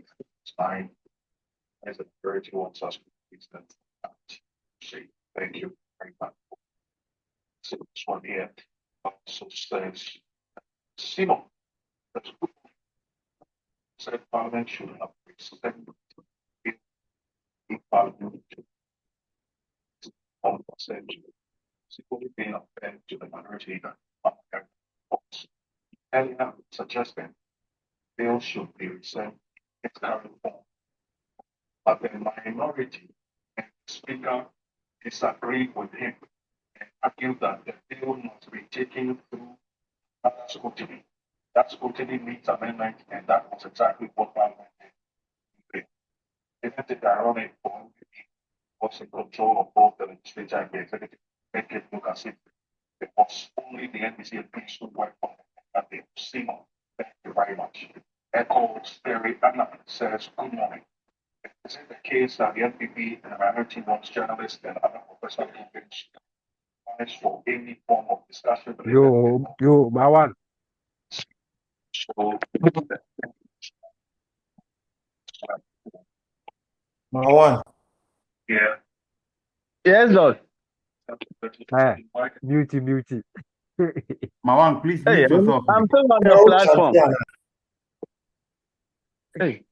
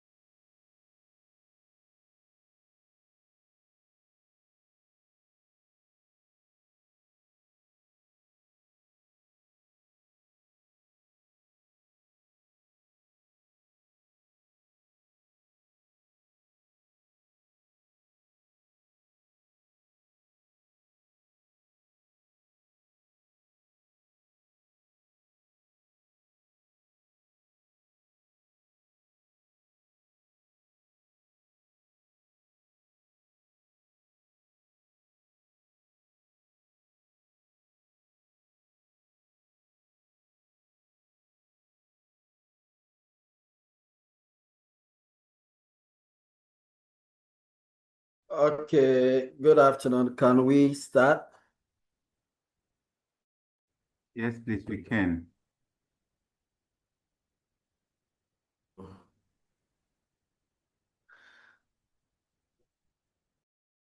Yes, Doc.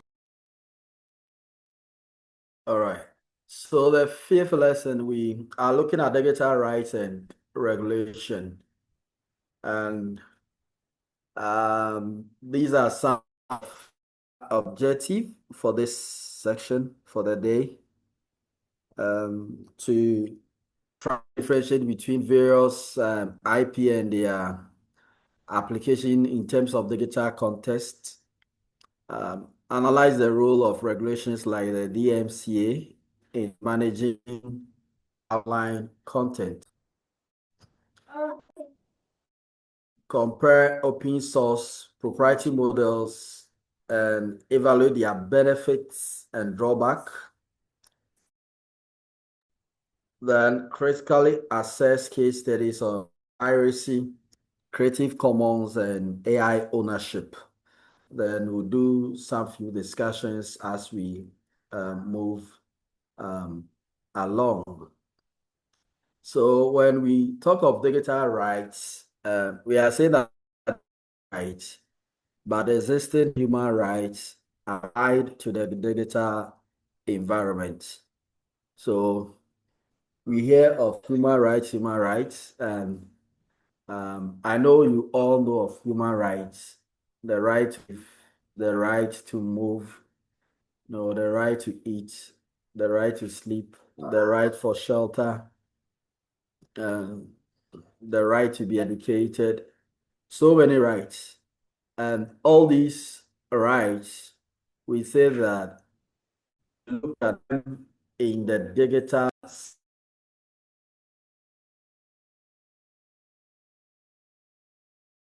we look at them in the digital space. So we have the right to privacy, which can also be seen, the right to freedom of expression, access to information, non-discrimination, identity, and self-determination.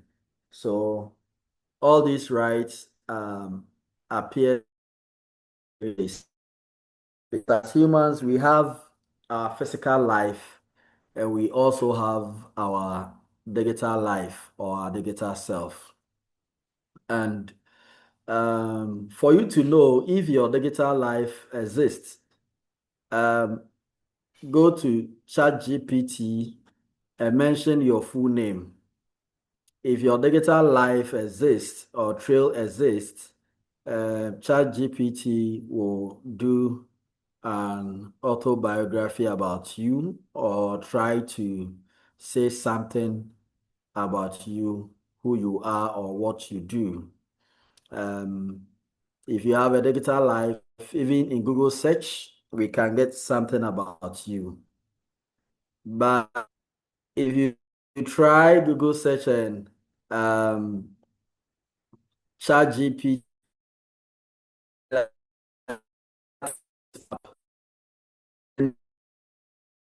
dead or digitally unalive,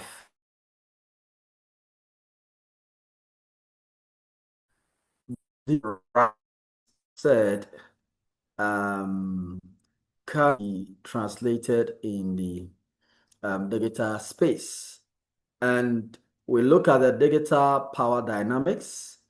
And the power dynamics has to do with the, after watching from the previous session, when we watched the design for the dump, the discussion we had, the consumer, the government, and the manufacturer.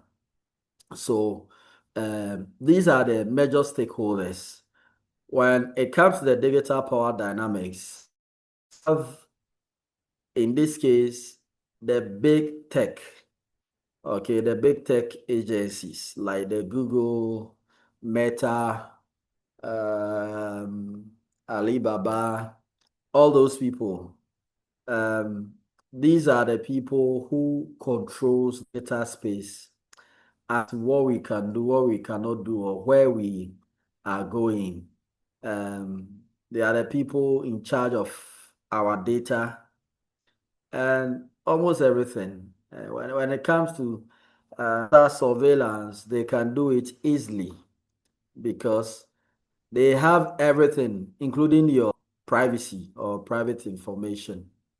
You know that there are softwares or um, apps that can even view you, your room, or your house if your laptop is on and your camera is on. These softwares are designed to really spy on the environment anytime the camera is engaged. And some of them are able to even engage the camera whilst you are not even aware. So they play a very powerful role. And the government is in charge of law enforcement, regulations, and trying to protect the rights of the citizen. Trying to protect the rights of the citizen. And this is the area that in most cases, most governments, I wouldn't say the Ghana government, but most governments are not able to do well in enforcing their regulations to protect an issue. And the individual also has the right to request for accountability and participate in shaping norms. I don't know if you know of the between this lady and Meta and the lady won. Is anyone aware of that case? A lady who had depression, or is it depression or dementia? One of them. He sued the big techs, and it became a landmark uh, case. Okay, because everybody um, was interested in that case, and it was going to set precedents for future cases like that. Okay, so I just found it, and she's called Kelly. Okay, Kelly, and she's just 20 years old, from California, and she took on not only Facebook, she took on a lot of these big techs um, agencies because her issue was that they have designed their programs and their platform to be addictive. And she got used to YouTube at the age of 6. She got used to Instagram at the age of 9. And I'll take this opportunity to advise parents who have children, especially children below the age of 4 or 5 years. Don't give your phones to your children. Don't let the children have the phones. Don't let them be watching, how do you call it, Coco Melon and all those kind of things.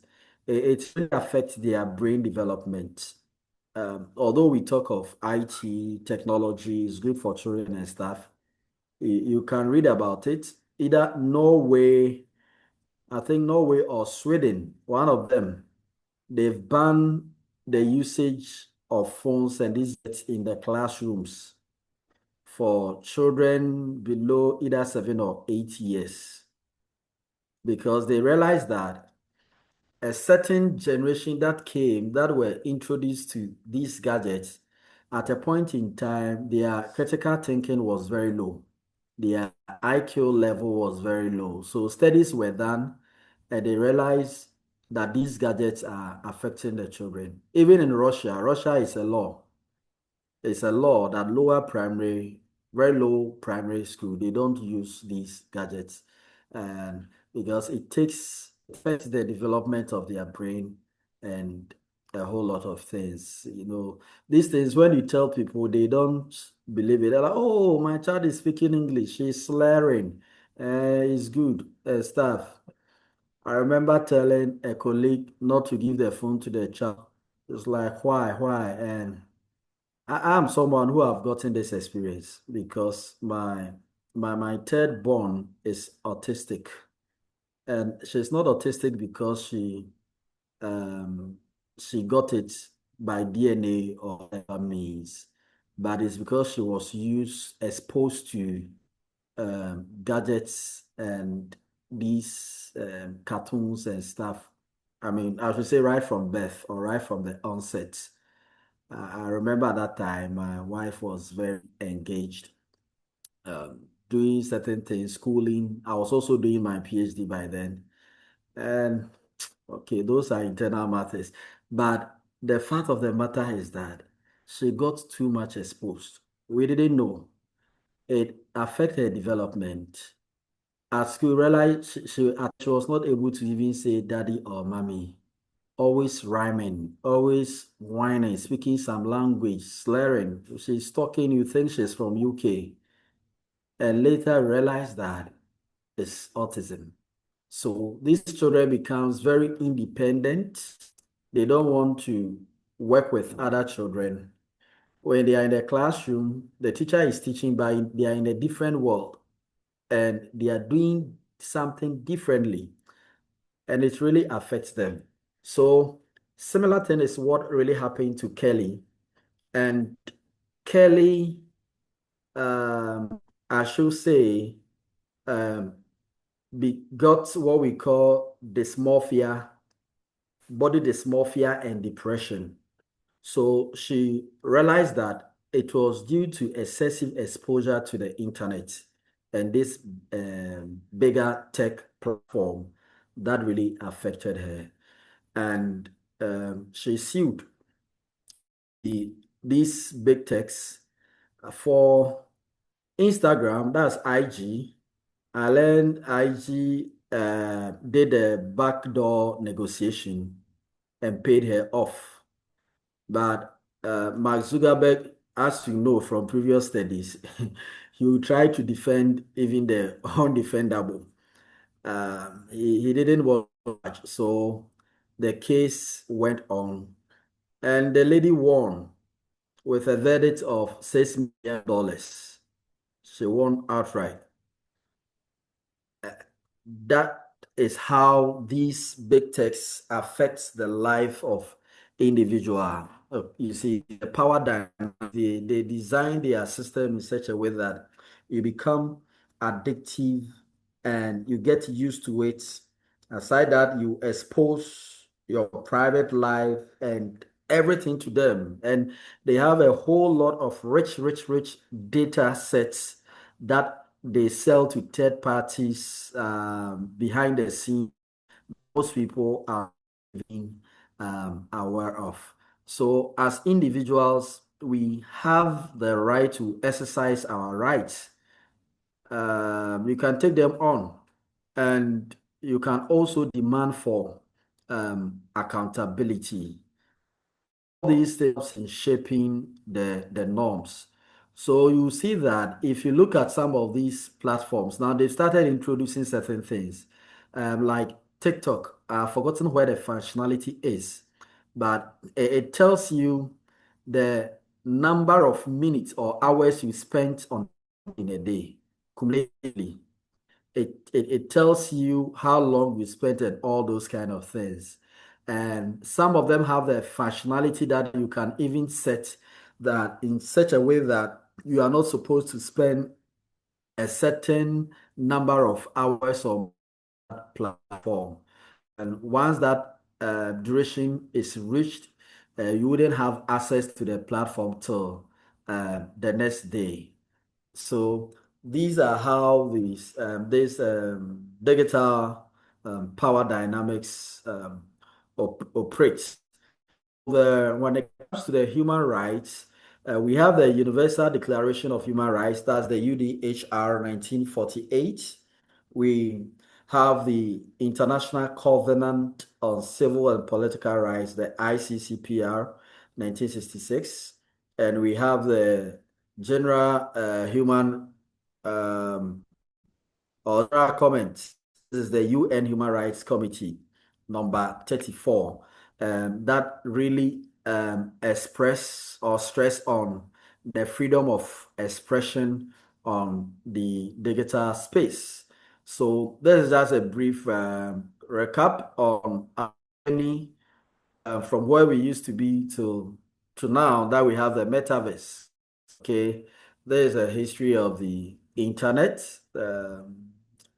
You can read that later on. Right from the apparatus to the military, it was used by the military research, the military libraries. They try to interconnect all military libraries, and later on, in 83, the adoption of the IP, that's the Internet Protocol, was birthed. In the 90s, it was commercialized, and that's where we saw the World Wide Web uh, coming out in the 90s. In the 2000s, we saw the rise of social media, cloud computing, and the likes. And I remember in Ghana, those times, almost everybody would like to take people to IPMC or NIIT to go and do cloud computing.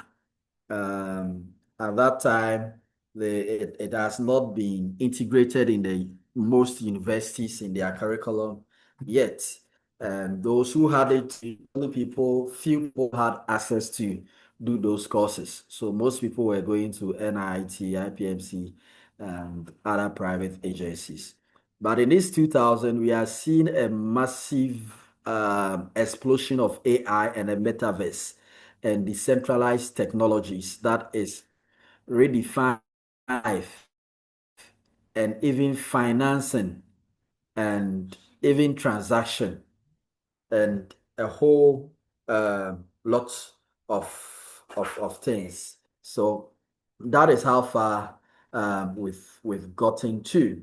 So let's look at the copyright. You've heard of copyright. You've heard of copyright before, and you know what copyright is. I mean, someone's novelty, someone's effort, someone's production, that person or either author or producer having the rights over that product, image, text, or software, uh, and that grants the person the exclusive right to determine what to do with those things, either for the purpose of reproduction, distribution, or adaptation. Um, Typically, copyright is for a lifetime to up to a period of about 70 years. Okay, in many places. These laws vary from geographic location to other, but averagely it ranges around 70 years. So if you produce a music, you have exclusive right over that music for a period of 70 years. After that period of 70 years, it becomes a public property, let me put it that way, in the sense that anybody at all can use it without any repercussion. So that is what happens with copyright. We have patents, and patent has to do with you your invention. This includes software algorithm. If you're able to develop a software that does something in a certain way unique, you can file for patent, or digital processes of novel that nobody has done, you file for patent. The interesting thing about patent is that as you are thinking, someone is thinking alike or thinking the same. As you are experimenting, someone is also experimenting. And by the time you realize that you want to go and do your patent. You get there and another person has taken the lead. The one who went first becomes the owner of that novelty, irrespective of whether you did it first or not. He is the one who went to register it first. Okay. I don't know whether I've ever shared uh my story of how I fly. When I was very young, like class 5 or 6, I thought of having a flying camera because when I go to church, when there are weddings, I see those times, these people with this big cameras, not like now, Apple phones and other things doing the job better than other cameras, no. So, and anytime the bride, they're about to do that exchange of ring, no, the vows, the declaration of vows, people go blocking other people's view, taking photos and stuff. And the idea come, why don't we have a flying camera? Something that you can even sit at the back and control it. It moves in the clouds. On the top, it goes, it can see everywhere, it can go everywhere, take any picture without blocking anyone. This was just an idea. It's not something that came out. Then decades later, these Doc, drones, yes, uh, please, I have a question and something. yes, I, yes, Lord. I was doing a thorough research about something for some time now. It's about Okay, TikTok. We realize that all right. TikTok is being designed at China. Yeah. But then when you look at the algorithm that they use at China, it is purposely about their politics, education, and their culture. And also you realize that they integrated this e-commerce and shopping into it. Aside this algorithm, they don't have more freedom algorithms again. But then you realize the one that is being sent toward the Western world, it is more of bad algorithm. That is how I categorize it. Because you realize, I don't use TikTok, but I've seen people using it. You realize that people here in Ghana are using it in different way. There is no restriction. So I was thinking, before that app has been designed, is there a need towards seek permission from other country stakeholders or the things that they are supposed to integrate? Because the rate at which that app is causing harm in Ghana, or I'm just using Ghana as example, is very, very bad. You realize that people, these GHS kids, especially the girls, will be on TikTok twerking and some dressing half naked. But China, you can't do any of this. There's restriction. They even cut your head off. That is it. As soon as you even want to upload something like this, nudity, the system won't allow you. So they have a tighter and very strict algorithm. Why do they give us such an algorithm to the Western world?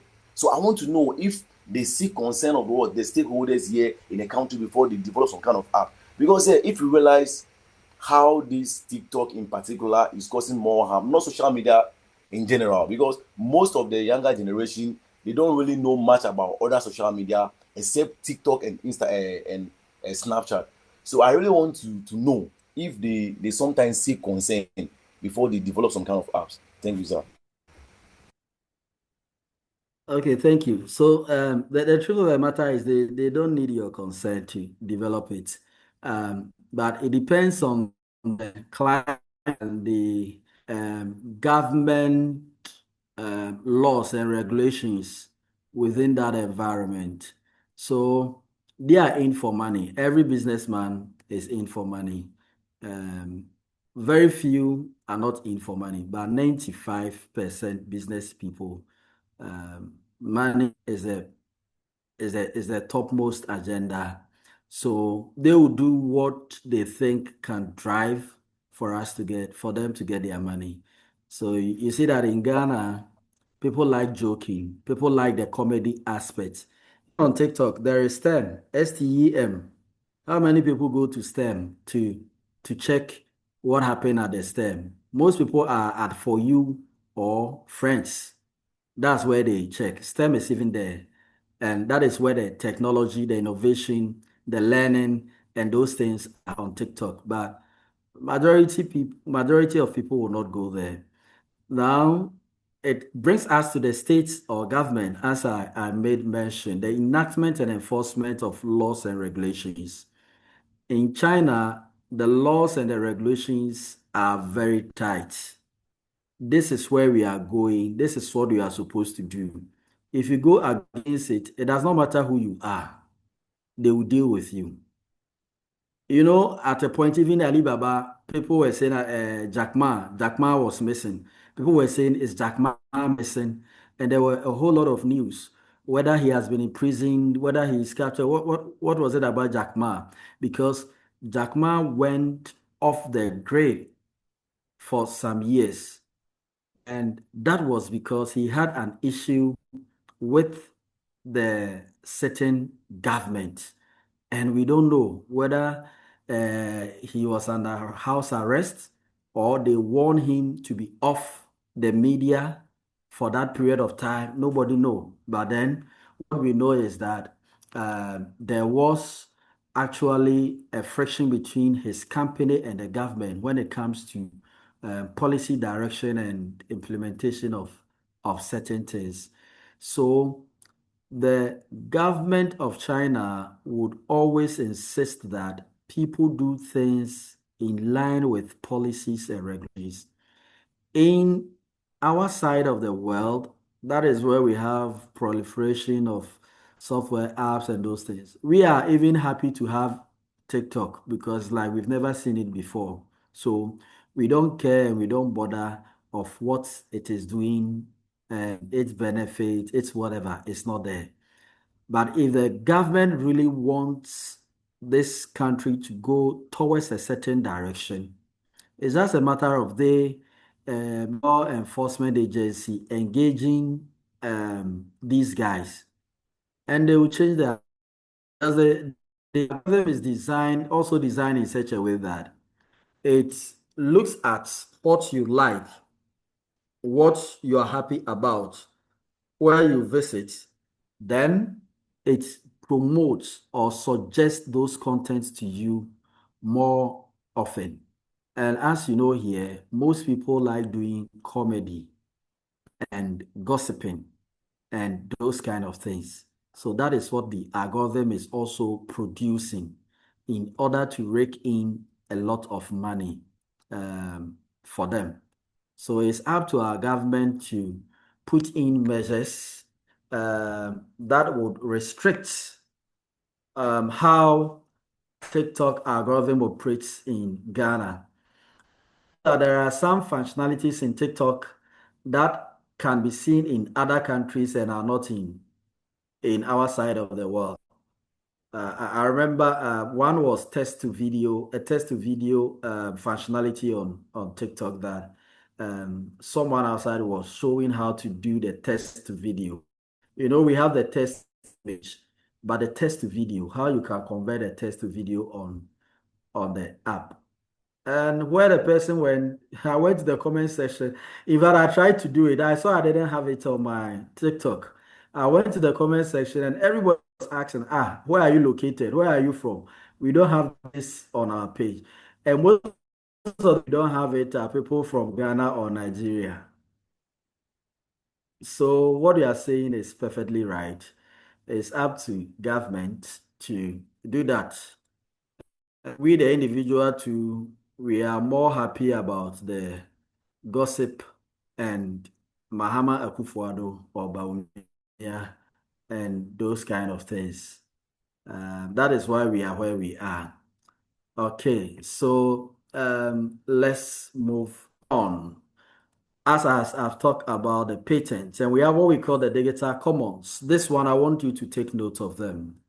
This side, the digital commons.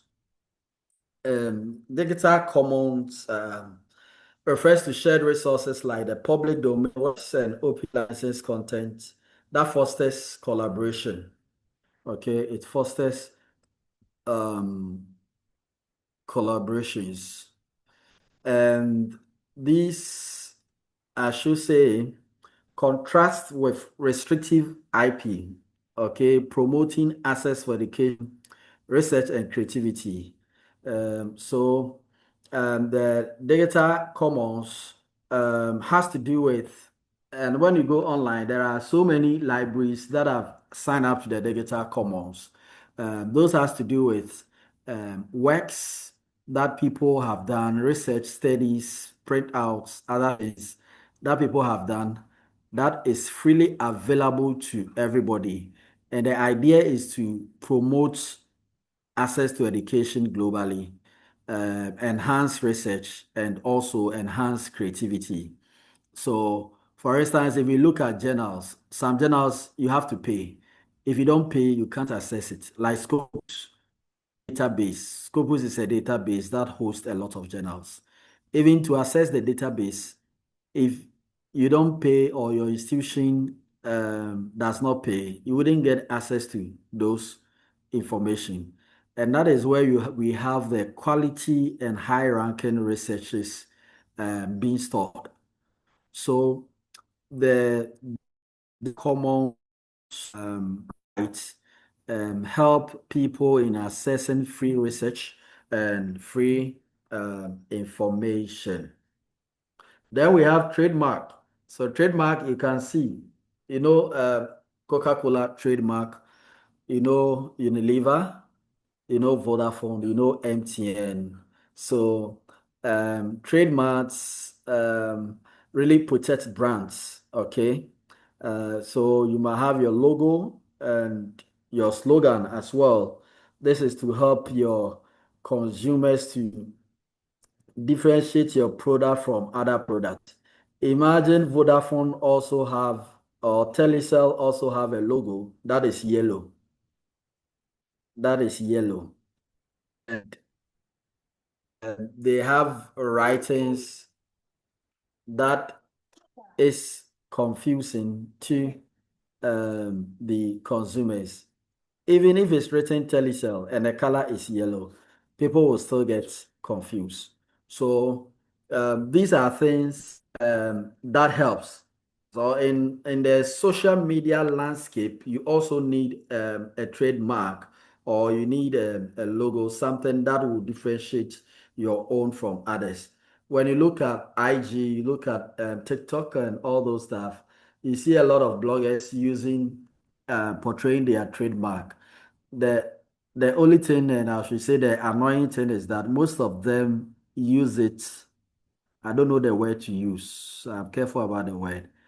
But you see that the content that the person is projecting for you to see, at the same time, he puts his logo or trademark that same content, and the logo even takes like the center stage and almost like 40 to 50% of the whole screen. And you ask yourself, are you there for the content or you are there to see the logo? So these trademarks has to be positioned in a certain one, attract the attention, but it does not interfere with the information or the delivery that you are trying to send out to your consumers. Okay, so some of the online infringements, we have what we call the cyber squatting. And who can tell me, the two websites down there, are they the same? I have two websites down there. Is it a duplication? Who hasn't spoken? Okay, everybody has Claire, It's not Claire, the same. Claire, Claire, Claire. It's not the same. Okay, Paul, why? Yes. When you take the first one, you say Microsoft at Microsoft.com. But the second one, you see Microsoft and there is R and then Microsoft.com. Okay. Okay, Yeah, good. So it's not the same. it's So not this the is same. what we call cyber squatting.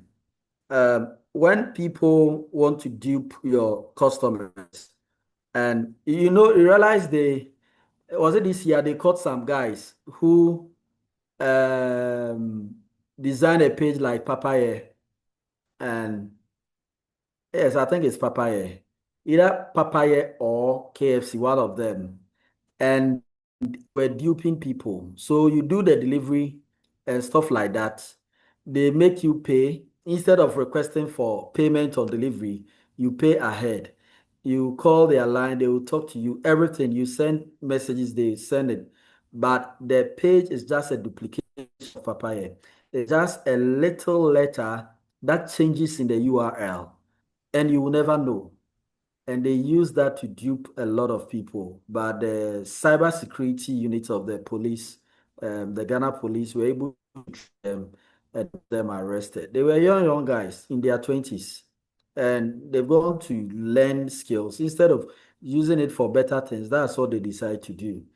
So there is a good example of cyber squat. This you can see that your normal URL on your phone, the text font size will not be as big as this. This I've made it big for learning purposes. So you can easily identify that after the at is R. But if the font size is small, you will see it as M. And so you might want to do business with the first URL, which is the original, but you come across the second one, which is the fake, and the site will look the same as the first one, but it will take you to a different site. So it's something that we also have to check when it comes to e-commerce. And we have the Digital Millennium Copyright Act. Digital Millennium Copyright Act. So we have, as you say, we have some 15 minutes more to do our presentations. I would like to speed up a little. The DMCA, what the DMCA does is what we call a safe harbor. Okay, the safe harbor, and it's there to protect online users and also shield them from liability. Okay, so when someone produces a content or infringe on your rights, you have the right to first of all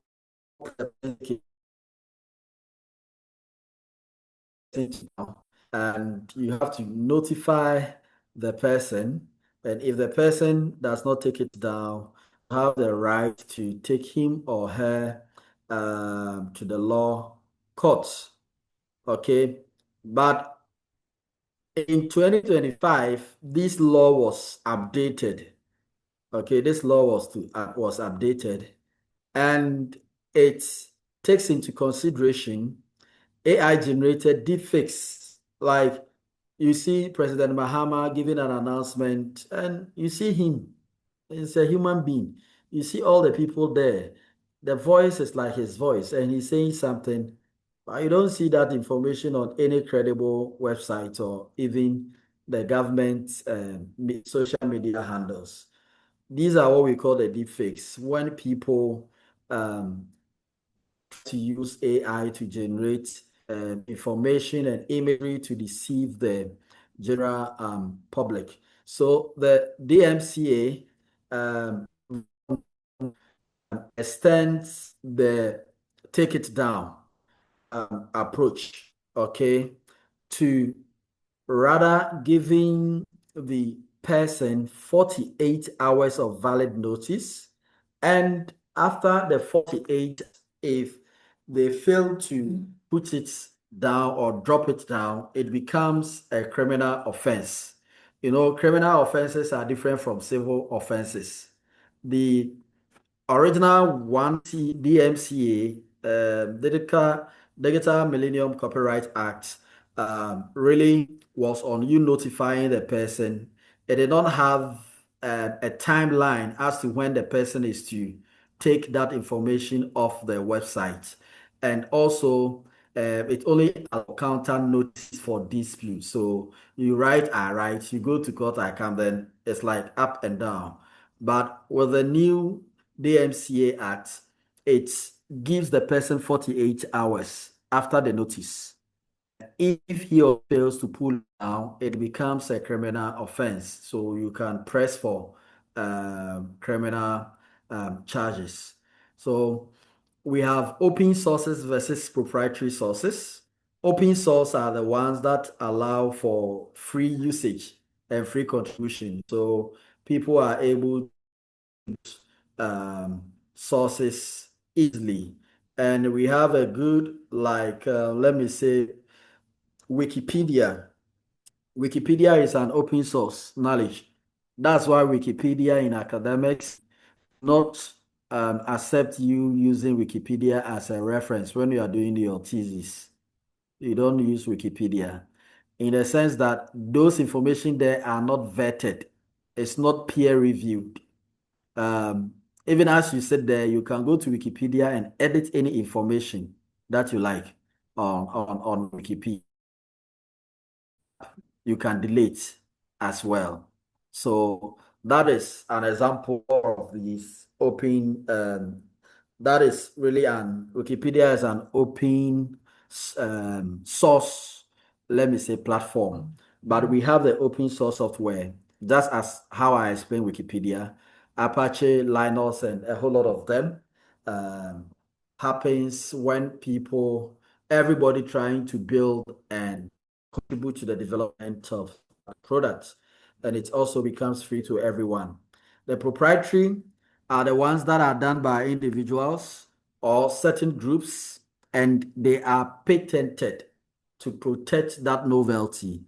And then you need to pay in order to access those services like Microsoft Windows and Adobe. So this gives us the difference between the proprietary softwares and no, the open, the proprietary sources. Okay, the Creative Commons, as already shared. Anytime you see CC, and these are times you see it on your video compact discs. Now we stop using compact discs, and I have some there. I don't even know what I should use them for. I don't even know if my laptop have a CD-ROM. Let me see. Uh, it doesn't. It doesn't have a CD-ROM. So those things are past. But anywhere you see CC, CC means that you can copy, you can distribute, you can display, you can modify the work. Even commercially, if you want to redo it commercially, you can do that. But you have to give credit to the creator. You have to give credit to the creator. So if let's say Elias has produced a music, and I check and the license is CC. Okay. At times, if you see C alone means copyright, but CC, what it means is that that music, I can use it without paying him, but I only have to acknowledge that the background music was sung or produced by Elias. I can even edit it and extract part of it, but I have to acknowledge him. That is the CC licensing. Then we have the BY, the NC, and the ND. So we are going further into it. When you have BY means that you must credit the creator. So you must credit the creator. And when you have NC, NC is non-commercial. It means you cannot use the profit or commercial purposes. So if I'm using Elias music and it's for my personal use, I'm listening to it at home, or I'm having a birthday party and I'm playing that song in the house, it's okay. But if I'm running an advert for a product, maybe a real product, and I know that Elias music is trending, and that is the music that will let people get attention to my sales or my advert. So I use portion of that on the background. If it's NC, what it means is it's not allowed. The person does not want you to use it for any commercial purposes, whether you inform him or not. He doesn't want you to use it for any commercial purposes. And if it's ND, non-derivative, it means that you cannot change, remix, or adapt the work. So ND, you can credit the person, but you cannot remix it. You cannot adapt it. You don't need to use the background sound. Then you add your own voice notes to it. You can't do that. And you cannot take a certain portion that you feel like, as for this portion of the music, if I add it to that of Kwade, it will give me a very good blend for me to run my ad. You can't do that. You cannot change it as well. So when it comes to the Creative Commons, there are various different licensing that you can subscribe to. And always when you are giving out your um, what should I say, your products, whether it's an image, it's a text, it's a video, whatever content that you are producing, you must indicate your the type of licensing.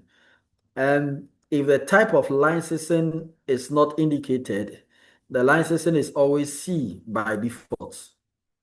C by default. So even most websites, they have their licensing written. When you go to About Us or About the page, most of them bring it at the down parts of the page. When you scroll to the last part, that you see the type of licensing.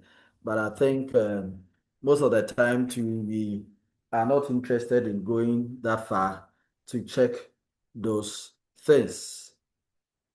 Okay, so because of the our presentations, I'll jump or discussion, trying to find the difference between digital commons and creative commons. I think I've explained that in the presentation today. So please take notes. The difference between digital commons, creative commons, and the number of or the various types of creative commons that are in existence. Okay, social media content moderation. Let me skip that. The safe harbor. Okay, so I made mention of the safe harbor. Safe harbor tells us that platforms, that there are two different model or method of moderation content. Okay, safe harbor lets you know that the platform is not liable for the content, okay, that is being given out. And duty of care also has to do with the platform being proactively monitored to remove harmful comments. Now, where do we see this thing at play? So, you listen to a discussion on TV, a talk show, or whatever it is, and a panelist makes a comment. Instantly, the host tells you that this is his personal view and that he nor the TV station do not subscribe to that and do not accept it or are independent of that comment. So this one is a disclaimer. They are giving a disclaimer. We call it safe harbor because he knows that the content that has been given out can attract um, charges or legal actions. So they give that disclaimer to disassociate themselves. But at times, when the people that are affected and they think that the effect is too much, irrespective of whether you gave a disclaimer or not, they can still go ahead and make some legal charges against you. in the sense that you provided the platform. You are not part. You are saying you are not part, but yes, so you gave the platform to the person. Without you giving the platform to the person, he or she couldn't have given out those content or delivery. So safe harbor is the laws protect you in a certain way, but it's not the best. The best is what we call the duty of care. So duty of care has to do with you monitoring your portal, your pages, and flagging certain content. Facebook, TikTok, and other social media platform use algorithms to monitor and do that. So you can see that most of the when people are saying certain things, they replace it with other words, or they don't want to say like you mentioning YouTube on TikTok or you mentioning kill, or die, those kind of words on TikTok. Words that are dehumanizing, words that are of racial abuse, and a whole lot of comments. So once you do this, they flag you or they block your account. Now, when it comes to the online, like TV stations, radio stations, and those streamings, duty of care demands that you even try to delay your production by maybe some seconds, okay, some form of seconds or minutes. In this case, if anything happens, you can proactively intercept before the broadcast comes to the general public. So you can proactively intercept either by cutting that portion off or trying to maybe interject and bring an advert or something else. These are two models that I think most people can use to protect themselves. And the case of content moderation, the good case happens, Elon Musk and uh, J. Trump, their long relationship. And at times they fight and at times they become one, stuff like that. And they is Kafuagro.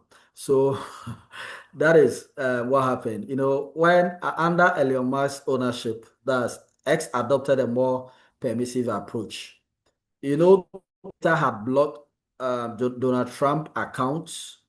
Okay, they banned his account for saying some form of comments that they saw was not ethical and was dehumanizing, was against the right of some group of people.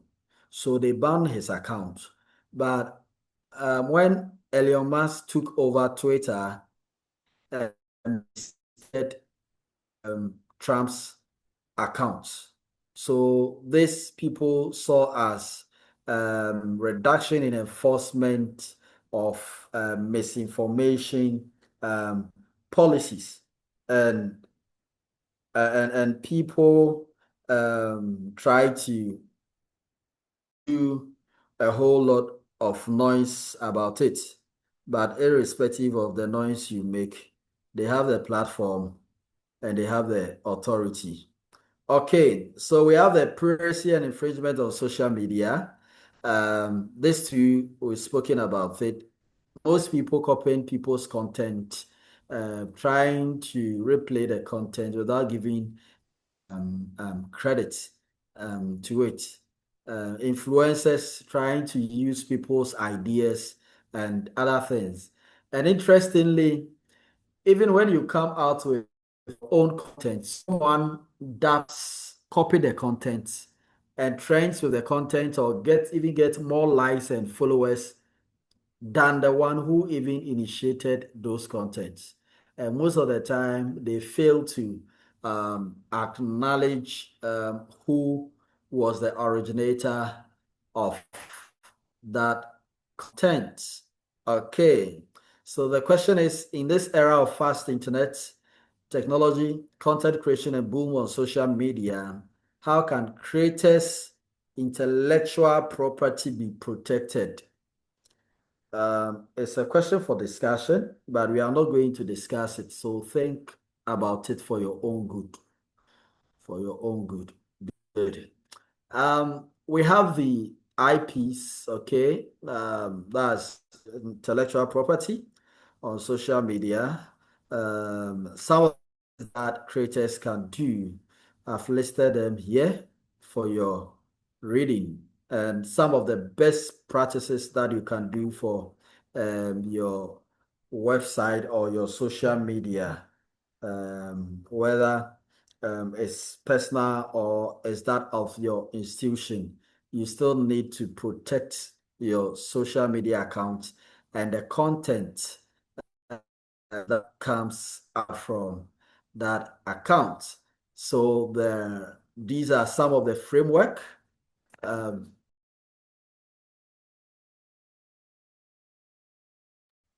These are some of the framework to protect content delivery on the digital space. Okay, so we bring this to a close, and I give you just 5 minutes to look at your slides. I'm trying to get the attendance sheets or the class list as your course rep shared with me.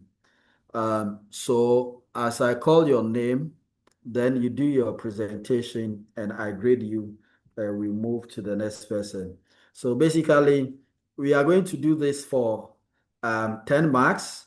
Then the group one will be for 30 marks. Hey, some people are sharp already projecting. Okay, so give give me 5 minutes to Doc, yeah. yeah, I told Elias to project mine for me because I was having like Okay. Okay. so Okay. this. So hold on. Give me 5 minutes. I'm trying to get the list. Okay.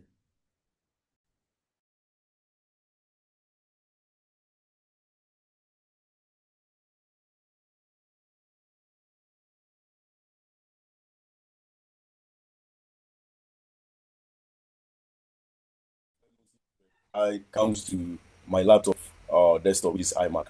So the communication tools that I use, I mostly use Instagram and WhatsApp. Those are and Facebook. Those are the communication tools that I use.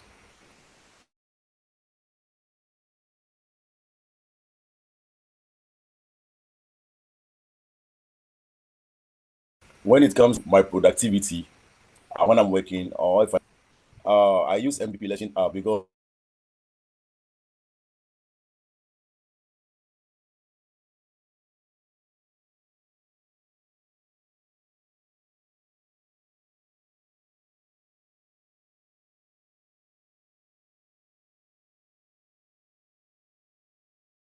we are about to do our I use all day. So I do work 8 hours a day. When it comes to entertainment, I have Netflix account which I use to watch movies if I want to, and if I want to listen to what music, I use Spotify. That's what I use. And then my storage. Hello, sir. Can you hear me? Hello, Doc. Hello. Hello. Yeah, Hello, Lord, we Lord. can. Lord, he says, let's give him five Yeah. minutes. Hello. Can you hear me? He says we Yes, should give wait, him Okay. 5 minutes. five So wait. minutes. Okay. Oh, before they talk for air inside, I can see you want to finish fast, fast and go. I forgot sell, oh, bro. We all want money. We all want money. We'll finish this before we leave.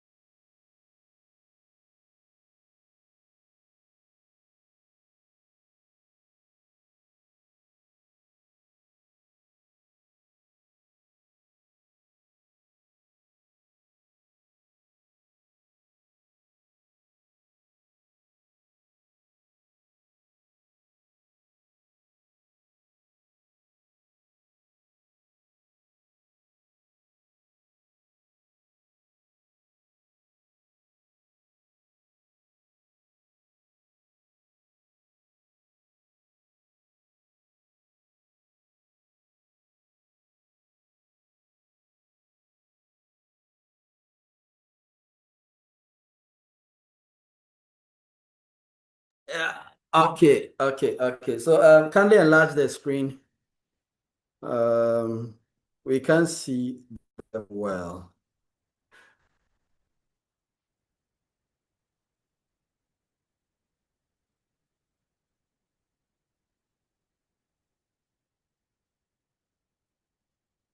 Who is presenting, please?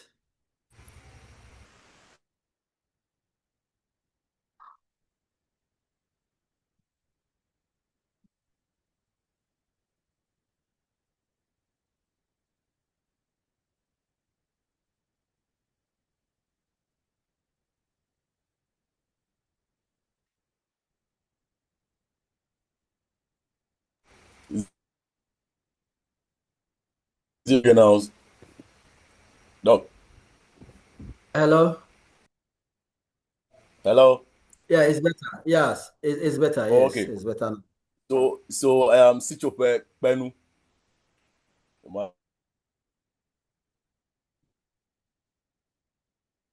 My index number is 2425. My digital life. This is what I've been doing with my tools and the platforms that I use. I hope you guys can hear me. Hello? Lord, we can hear you, please. Okay. Hello. So yeah.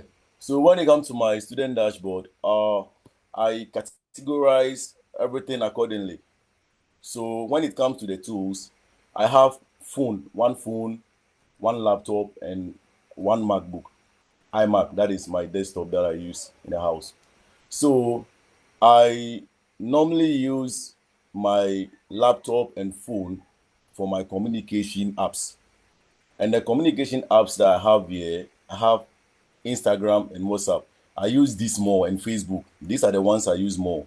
So I've been using my phone and my laptop purposely for these communication apps. When it comes to the other app, that is a productivity app that I have MPP elections app, because currently we just finished our polling station election and we are trying to onboard all the newly elected executives onto the system. We are creating a new album for 2026. And then after that, we are going towards electoral area election, which we are filing nomination. So I am working mostly on this every day. I spend 8 hours on this.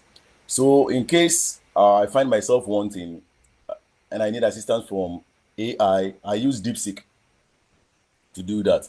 When it comes to entertainment, I have Netflix account if I want to watch, which I sometimes use to entertain myself if I'm stressed off. And if I want to listen to music, I use Apple Music or Spotify. But mostly, my subscription for Apple Music expired, so I'm currently using Spotify for now. And I have external hard drive, which is 1 TB, and I have a pen drive here and 50 gig pen drive as well. So, sir, this is all I have. This is all I've been doing every day. Thank you.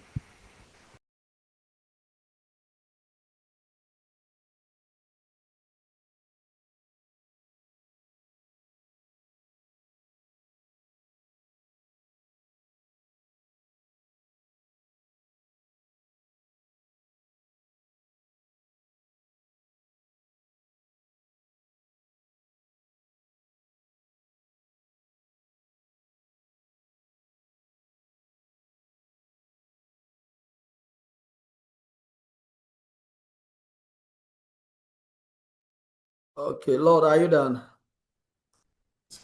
Yes, please. Oh, okay. Okay, all right. Next person, she will mention your name and your ID, then we move on. Thank you, sir. This is Paul Wakan,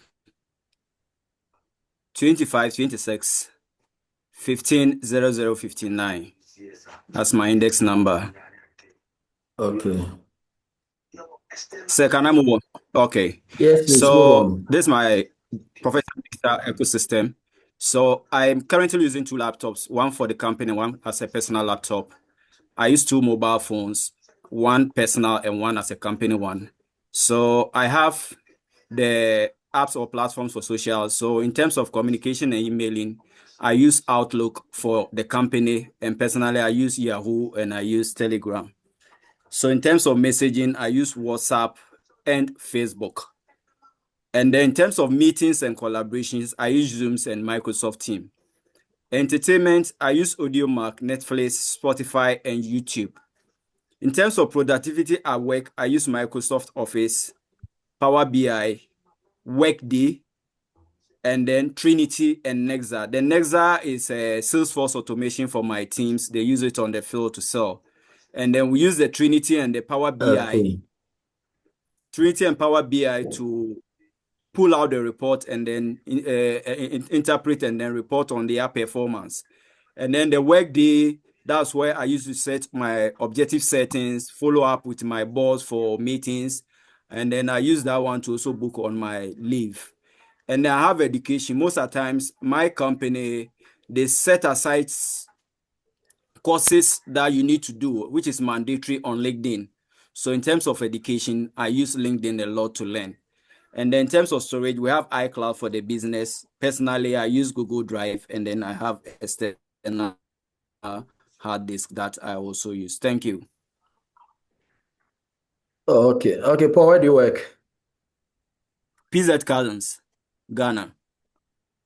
Okay, that's good. I like the education, compulsory education bit of it, because once you do that on LinkedIn, it becomes traceable. They can track, and you can't lie as well. Okay, next person, please.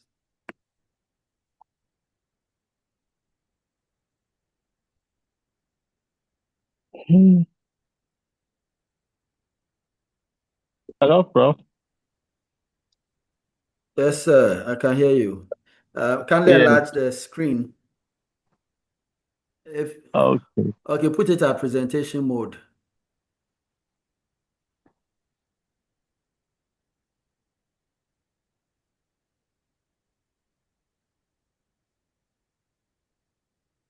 Are you using your phone or the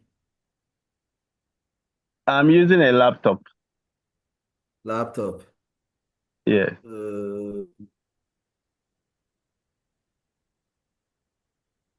Okay, you go on. I think Okay. your My name is Mawon right. Nenge. My index number is what is on the screen: 2425150173. Okay. I'm not in the corporate world. I'm in the farming area, so I'm not working currently. I'm doing farming. So Okay.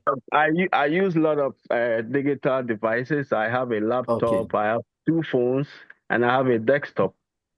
Mostly, I spend most of my hours on the Okay. laptop trying to learn research and the courses I'm currently trying to upgrade myself in. When it comes to the phones, I use WhatsApp, I use Instagram, mostly on YouTube, trying to better understand digital marketing because I'm not a marketer per se, but I've grown to like the course. So I spend a lot of my time on YouTube trying to learn the marketing concepts and the terminologies. I use my desktop as a backup for my routine activities and storage. That is what I basically use the desktop for. The other phone is basically for TikTok. And my TikTok, I'm always on research areas, trying to better understand how research is conducted. Basically, this is what I use my devices for. Thank you, Prof. Okay. Thank you. That's interesting to note. Next person.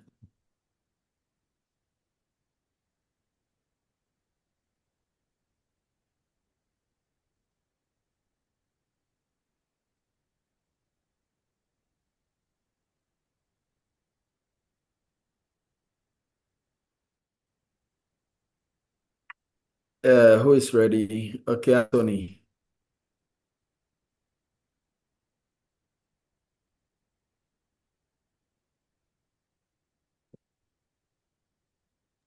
Yes. Please, sir, can you hear me? Yes, I can see your screen. Yes. So with my own, I use a laptop and a phone. And when it comes to the apps, I use Zoom when we want to communicate with the cluster leaders that we have in all the territories that we have in Western region. And also, when it comes to WhatsApp, every morning I do meetings with my cluster leaders through WhatsApp. But Zoom is to use face-to-face interaction in order to do presentation and educate them on new updates that comes up anytime that we change our pricing, and also anytime that we change our registrations method. And when it comes to Teams, that is what we normally use as staffs in communication. At first, we're using Outlook, but findings have we have seen that Outlook, it delays replying of messages and sometimes oversight. So we have shifted from Outlook to Teams. So now we are using Teams because anytime you open your Teams, you will see that there are a lot of messages that you need to reply. And normally, to use the Teams to do our morning meetings as staffs.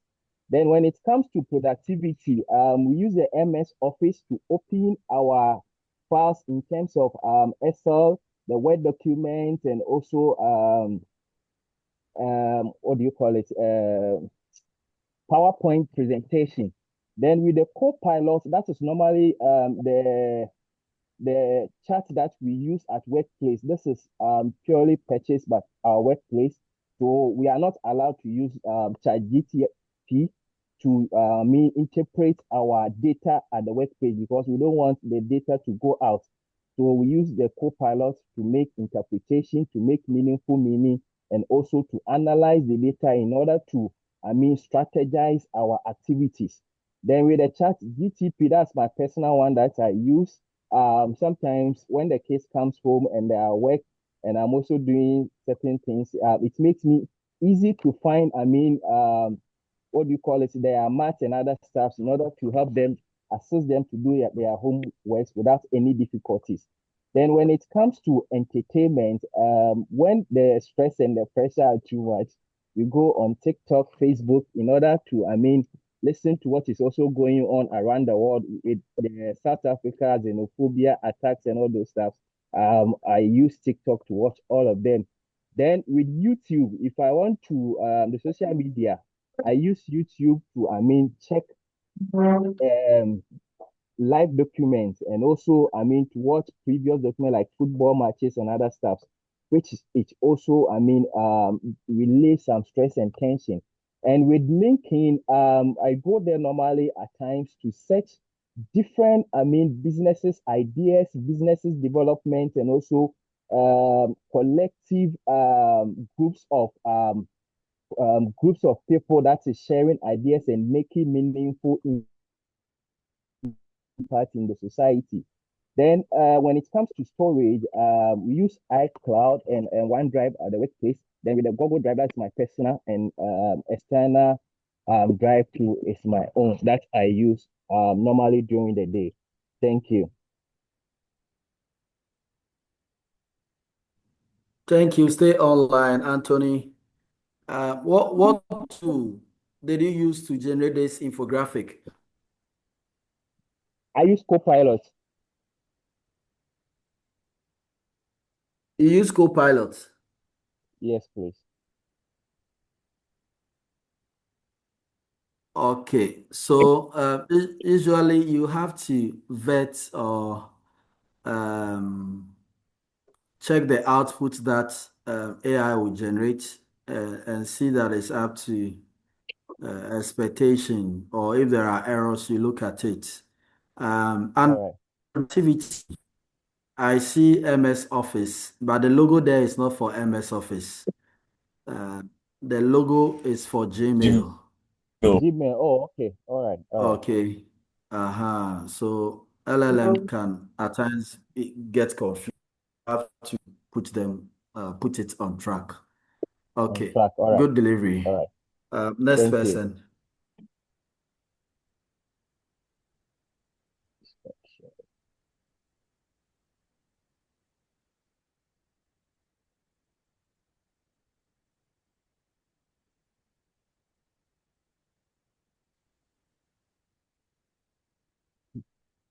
Hello, Doc.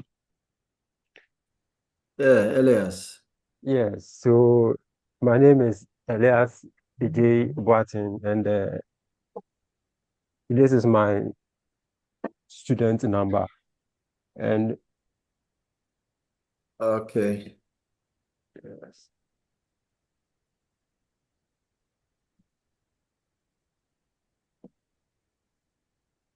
And for me, I am a freelance football writer, so I use a laptop and a phone for my as my devices, and also for communication, I use Zoom, Microsoft Teams, WhatsApp, and also Gmail. With entertainment, I also get Okay.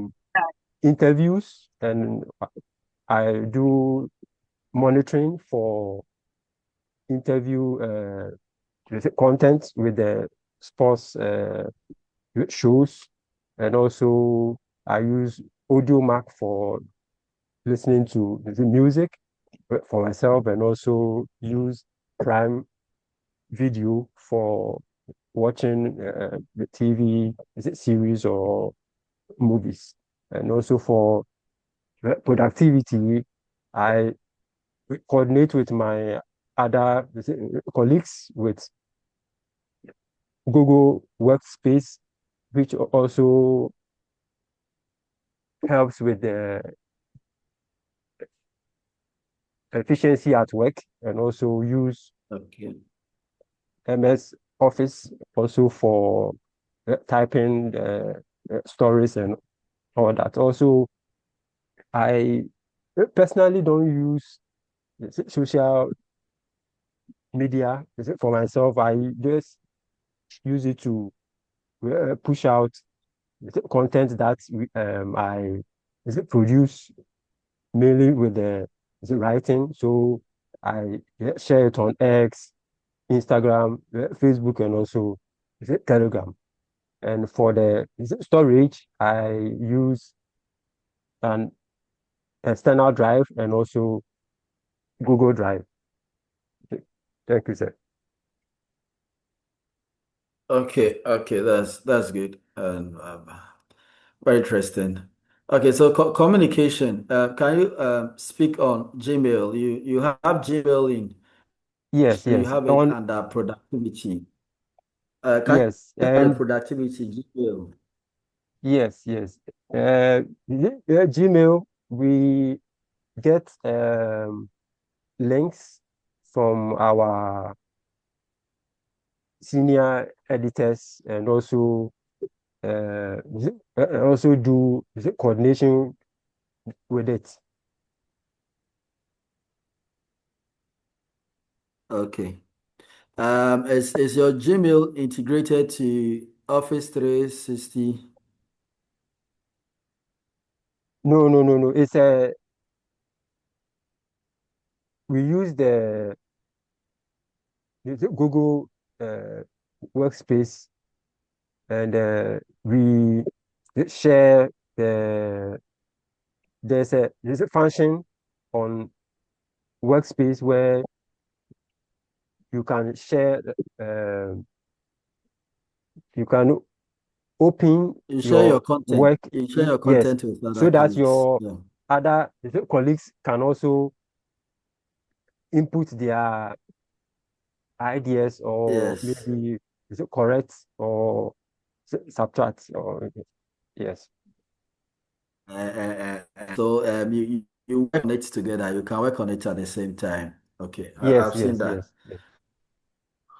Okay, okay, all right, all right, all right, Elias. Thanks for the submission. Next person.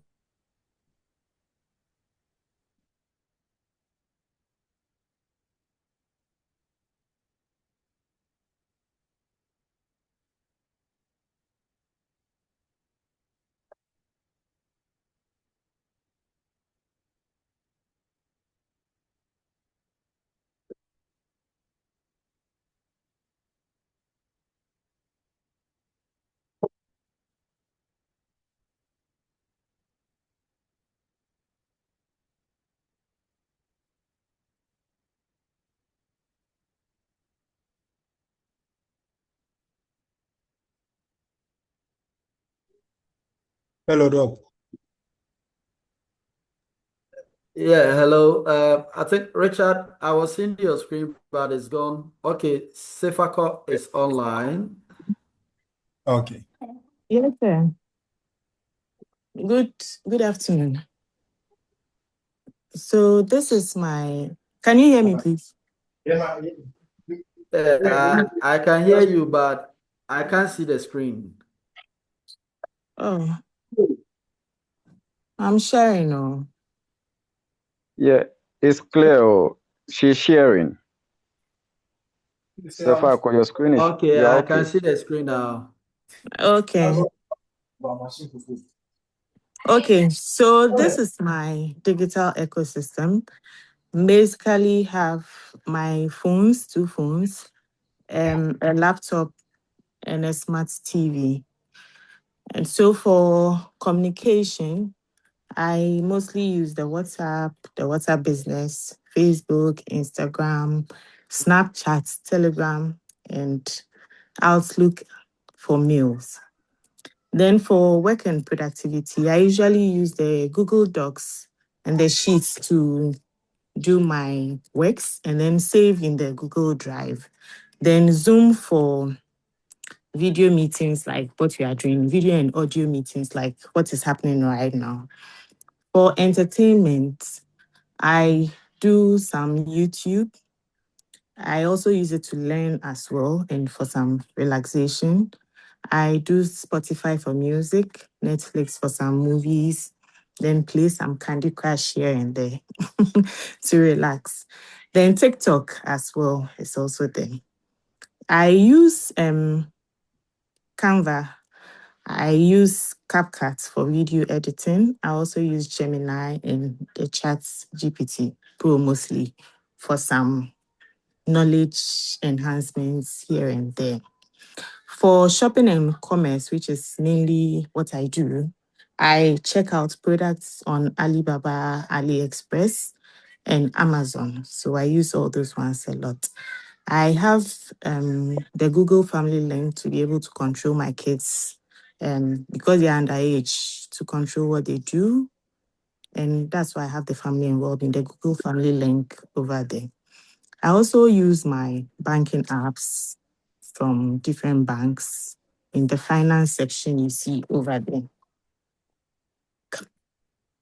I use Mine is simple, say. Yango, Uber, and Bolt for deliveries, and once a while transportation, and that is what is seen under the transport and the mobility section. So, in a summary, this is my digital ecosystem, and my index number is 2526150056. Thank you, Doc. Okay, very much. Sefako, you are very affable, but you in class. You just heard me sucking someone right now. It's not easy. It's not easy. I'm sorry. Okay, okay. That's impressive. I like how you've arranged them, and I think it's very evolving as well. All right.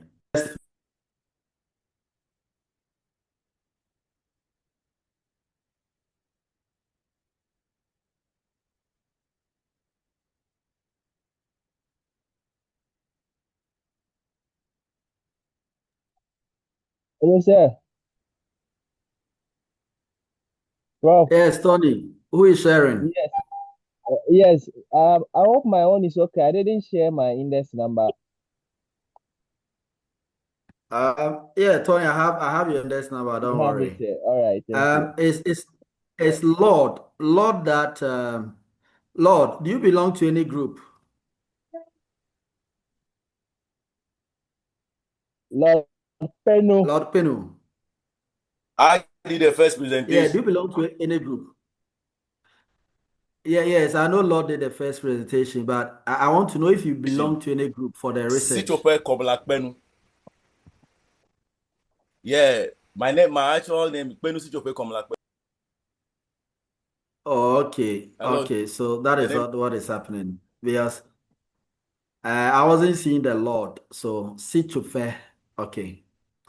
Yeah, just Okay. remove the I've Lord. seen the group two. Yeah, you are in group Yes, two. I've seen it. yes, boss. Thank you. Okay, Claire, you are sharing. Um, kindly enlarge it. It's very small.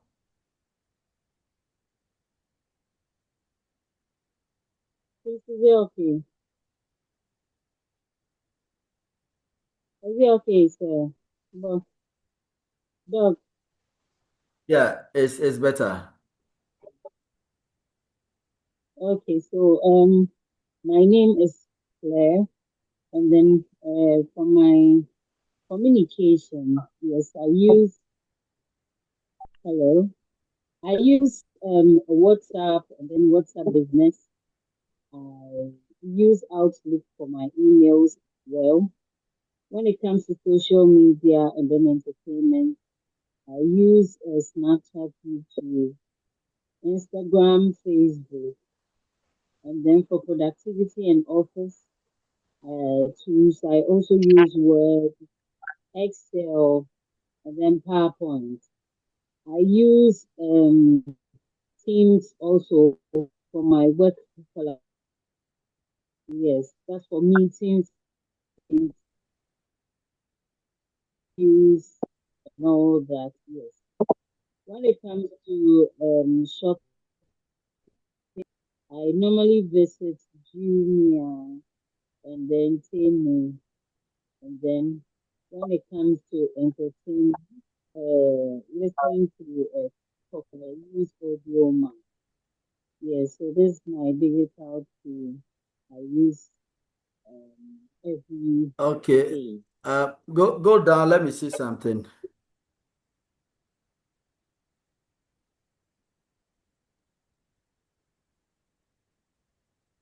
Hmm.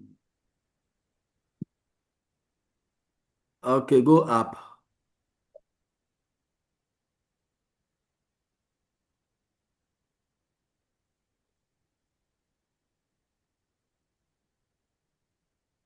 Okay. So I just wanted to know how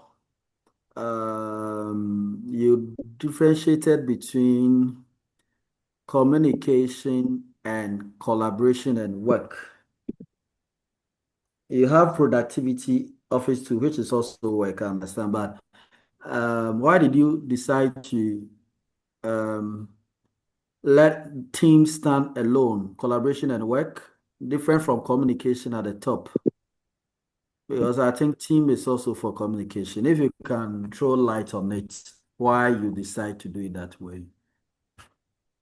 Okay, so the reason why probably is standing alone is, mostly, yes, it's also a tool for communication, but mostly I work in the financial institution, so normally we do work our teams meetings and all that there. We mostly use the team for a lot of things, interviews, schedule meetings, and all that. So that's why I think it's standing alone when it comes to collaboration and work. Okay, okay, all right, all right. Thank you very much. Thank Thank you. you. Next person.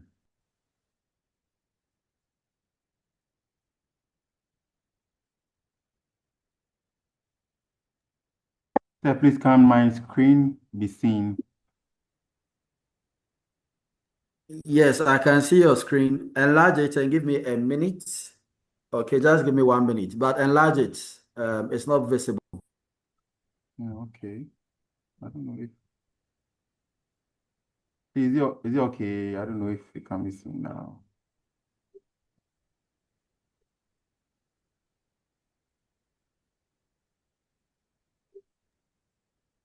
Bruh, And if you can put it in the presentation facing mode, mode, I think that yeah. one will help. I don't know, where do I even go? It looks as if I've even missed that That slide. you see where you put you zoom there on your left, you see one icon there. Close to the negative. No, the next one on your right. Yes, that This one. one. Yes. Is it okay now? Yeah, yeah, yeah. Yeah, it's Okay, okay. that's fine. Okay, thank you.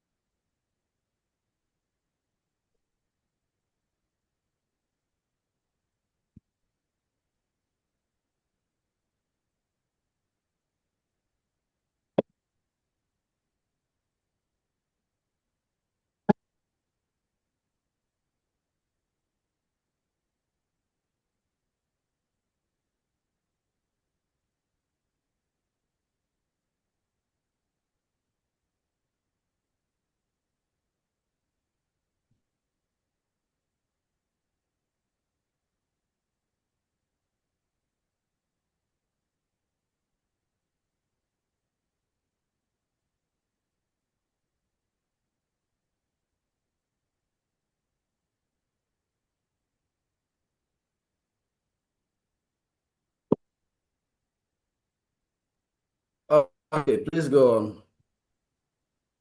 Okay, sir. So this is also my index number is 2425150230, and the name is Boache Kenneth Kwache. And basically, this an overview of how my daily runs with the ecosystem. I have a laptop that I always carry on with two phones, one for the office and one as a personal phone. So I move on with the communication side. I trade online. I sell perfumes, slippers, and other stuff. So I basically use this apps a lot. That is the WhatsApp, Snapchat, Instagram, Facebook, and TikTok. I mostly trade on Snapchat. That is where I have my customers active. So during my daily basis, I am always on Snapchat trading here and there and all of that. And also with my productivity side, I am an exam officer at GCTU. So I basically use Word, X, the Word, the Microsoft Excel, and then the Power BI a lot. And as an exam officer, the reason why I mostly use these a lot is because I use Power BI to even track students' performance analysis. And also with the Excel, I use the Excel a lot for graduation data purposes in terms of calculating. Fine, we have a system that calculates students' results and everything for us, but in terms of the graduation output, I basically use Excel for everything in terms of their students' classes, that is their first class, upper, lower, and I even use Excel in terms of printing the certificate because I have to have that in the Excel formula before I can convert it into the certificate template form for printing of the certificates. Also, we use Outlook for our daily work mails a lot in terms of you sending mails, your work and reports to your supervisor and everything. That is where we use, that is the Outlook system we use. I also use CapCut for editing my videos with what I sell. I use that to create content, and that I also use mails for work and also personal communication as well. And during my daily basis, I also use ChatGPT to learn in terms if I have something in mind that I want to have a clearer view of it. I use ChatGPT for that. And with my entertainment side, I'm not really a game fan, but I mostly do the Netflix and then the Apple Music. Once I'm bored in the office or I want to take a break, it's either I switch to my Netflix on my phone and watch, or I listen to music. Yeah. Then with the storage aspects, I have one TB which I've used. I have one TB with the iCloud storage, which I've used 300 gig. And also I also have like an external hard disk for official purposes.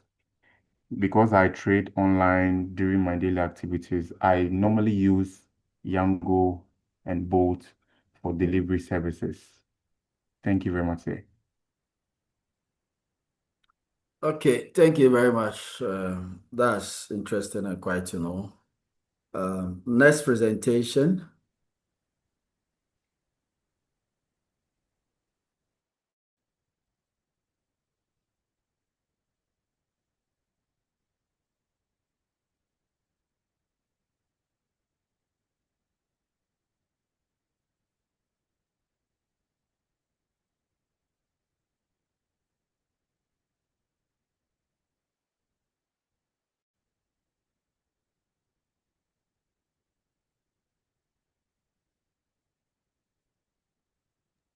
Sir, please, I want to come in for some two students, my class people who reached out to me few minutes before we began the class. Is it Rachel? Yes. She has a funeral at the moment and she's having a bit of how do you call it? Bad connectivity Okay, at so yes does at it the mean moment. Rachel was not in class today? Yes, I think she connects on and off. When she connects, then it takes her back because her network is not stable. She reached out to me before the class began. And also Clemens, Okay. also same. I think work has taken him to outside Accra. He mentioned, but I don't really remember the name he mentioned. So he asked if he can also be said, Okay, if he can so present on the next class. Yes, please. okay, so those people will see what we'll do for them later on. Okay, sir. Thank you. Okay. Yeah. All right. Please, this is Clement. I found the location. They showed me a spot. It's a bit okay here if you can hear me. Okay, very Then, well. That's fine. Okay, Yeah, so if you can't speak, then that's okay. yeah, yes. Clement, So, sir, I can hear you. Your screen is off. yes, please. I'm sharing with Elias to project for me shortly. Okay. Alan, your next class will begin very soon, so let's make it snappy. Yes, sir. Yes, sir.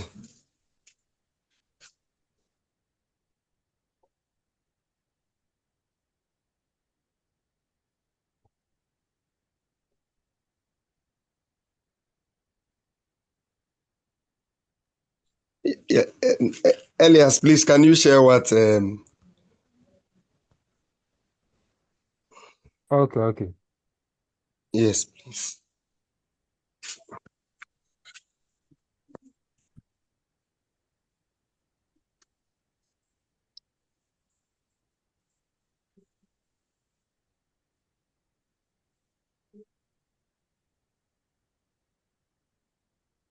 I can't see the screen.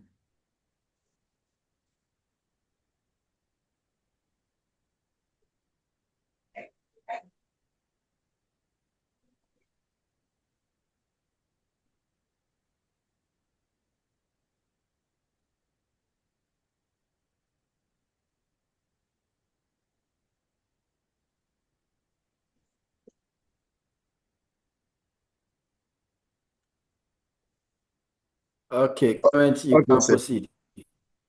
Yes, sir. So, I'm Clement Siao. I think I'm also in a group work with Marwan and Sewa as well. With the devices I use two laptops, one for work and one for personal, but the personal one still sometimes I use from the house as well.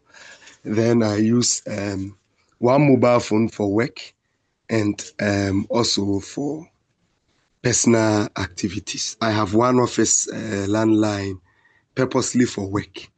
Then I use a recorder a lot because I work with Central University. I PA the vice chancellor, so most of the management meetings I record them so that I can pull minutes and other vital information out. So I use recorders a lot. Then when it comes to communication, I use Outlook, which our institution has subscribed to as well. So we use it both as our intranet and also do more official communication. Same with for WhatsApp, we have WhatsApp platforms. We share information there a lot, which has now become quite official for what I do. Then with most meetings, we use Microsoft Teams, which is quite embedded in our Outlook. The institution has provided as well. And few cases, we use Zoom as well for meetings. That's few cases. Then when it comes to productivity, I work a lot with Microsoft. Most of the time with PowerPoint and Word, and Excel. Then also we have a software called OSIS for our institution, which means online student information system. That is what I use in pooling most of the data for the vice chancellor, maybe number of students who have registered, number of students who have paid their fees, just to collect data and some information. Then on few occasions, I also extract information from our website. So I use that maybe once a week, specifically on our news and trending issues. When it comes to entertainment, I use YouTube to play some inspirational messages and quite religious messages as well. Then I do more of TikTok and Snapchat, just to monitor what is happening and also to get a sense of what the students are doing and what they are talking about, to also share with management. And Facebook on few occasions just to check on some old friends and what they are doing. When it comes to storage, I use we have an iCloud. I have a space where I store things there. Then manually I do external hard disks. Okay, so that is my. Okay, Clement. Let me see. Clement, your full name? Clement Siao. The Siao is SIAW. But I thought course rep said you were not in class, or that wasn't the. And say Yeah, he was no, he on and said off, so I had network issues on and off I have because I network was. challenges. yes, please. Okay. But you've done what? Okay. Okay.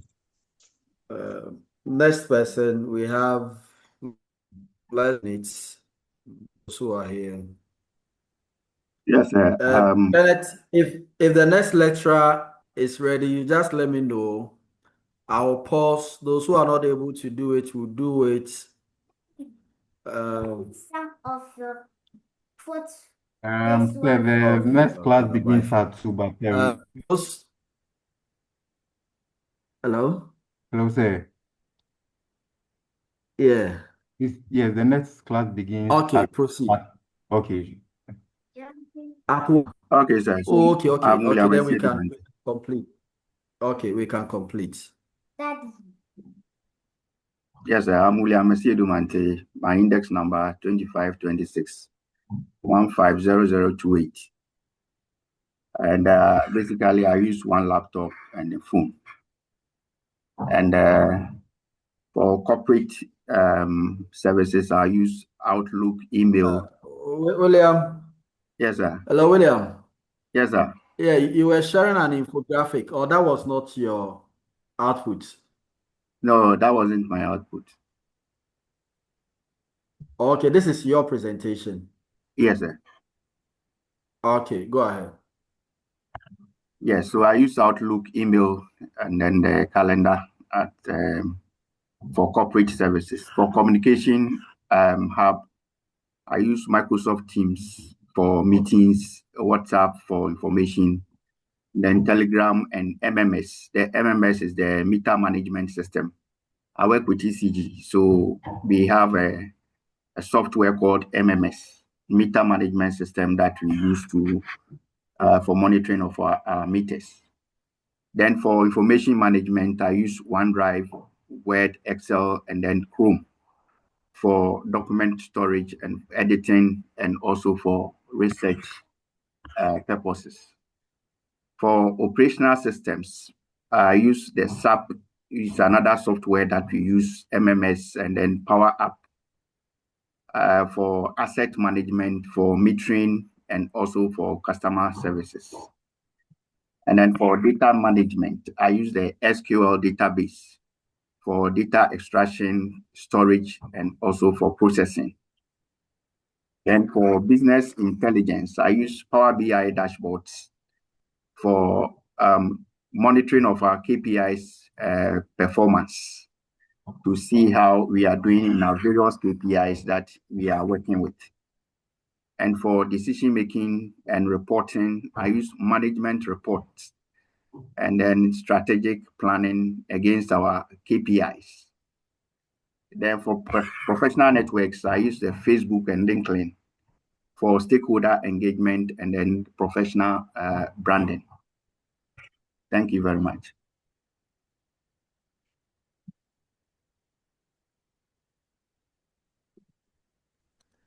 Thank you very much, William. I don't know why you decided to present using the more like a flow schema instead of the infographic. Your content is specific and unique. I like how you have aspect for reporting, aspect for business intelligence, aspect for communication, all those kind of things. Maybe basically because of where you work. But you have a deviation because the assignment was to do an infographic of your digital devices, mapping your digital life. You see, and for you being in an area that you work with business intelligence tools and other stuff, I was expecting to have a very solid infographic, but that's not what you presented. Yes. I don't know if you have a response to it. Yes, I was having a challenge with the software I was using, and that's why I resorted to this. That's why I've even kept long in coming up with my presentation. I was using Copilot, but which is a paid app for our company, but it wasn't responding. They could have used the freemium Gemini or Chat or any of them, the free version, without using the premium versions. Yeah. Okay, all right. Thank you for the submissions. Eric, who is next? Is it Richard? Yes, Doc. Okay, Rich, please proceed. Okay, please can my screen be seen? Yes, please. Please hold on, I'm coming. Okay, so for my devices, I use a laptop and a phone. So for the laptop, I have a desktop and then a laptop. For the laptop, I use it for my personal stuff, and then the desktop for office work.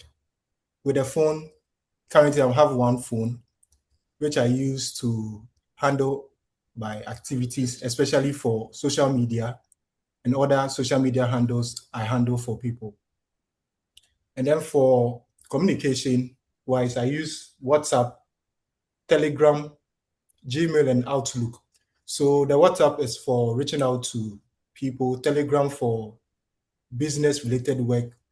Since I'm a graphic designer, a freelancer graphic designer, so I use that also to reach out to clients. And for Gmail, I use that for office work as well. And then for the Outlook, where I find myself currently, which is GCTU, we normally use Outlook. So I use the Outlook to communicate and see other things that are happening in the news flash as well. For entertainment, I use DSTV Stream. I use Spotify and YouTube. So for YouTube, that's where I check on my tutorials for either my graphic design or digital marketing trends. Then when it comes to the app, I use Instagram a lot. So for the Instagram, I check out trending stuff. Since I'm a creative person and an office person too as well, administrative person as well, I blend the two. So which is the Instagram and then the Pinterest. The Pinterest is where I get more inspiration from since I'm a creative person. So another app I use is the Adobe Suite. So the Adobe Suite, it has the Photoshop, Illustrator, Lightroom, InDesign, Premiere Pro, and After Effects. All these are the apps that I use. And for the other app, which is the CapCut, I use to help in editing videos and Rails for clients as well. So this is how my ecosystem is. Thank you. Okay, thank you, Richard. Richard, you said you are in GCT. Which department? CPD. CPD. Yes, Center for Professional Development. Have we met before? Yes. I think twice or so. Yeah. Okay. Are you the one in charge of the designing of this thing? Yes. So for CPD flyers, yes. Hey, then I have a case with you. Are you aware? No, dog. Richard, are you aware? Not yet. I haven't heard from that yet. Okay. Oh yeah, I don't know if he is the same person, but I remember I worked to someone that to design something for me, CPD, long ago. I think it was a Yeah, flyer, yes, and for I did a was a follow personal up, but flyer. I never get a feedback. Yes. Dog, please, I'm the one. You are the one. Hey, Richard, you. That one is side issue. Yes. You never got back. You never gave any explanation, and it was just a deaf ear. All right, a side issue. So I want you to talk about the arrows. I see the arrows. Some going to the right, some coming down. A circular economy. Why the arrows? Can you give any explanation to that? So for the arrows, sorry, I was supposed to explain the arrows. So it moves from device to communication, then to apps, then to entertainment. So I was supposed to take it that way. So that's how the transition is. So from device to communication, apps, then to entertainment. So I'm supposed to change this arrow to the other side. I think it went the left to the left side instead of the right side. Okay, I get you, but why does it move from communication to apps? Like, is the communication feeding into the apps and the apps feeding into entertainment? Is there a correlation? Because I think they are supposed to be standalone. The the arrows are supposed to emanate from the devices to each of them. Because once you bring that arrow, it means that there is a feed from one component to the other component and an output from the other one to the other one. I hope you get it. Yes, please. Yes, please. I get it. Uh-huh. Yes. So kindly look at that. Okay. Okay, thank you very much for the presentation. Welcome. The next person.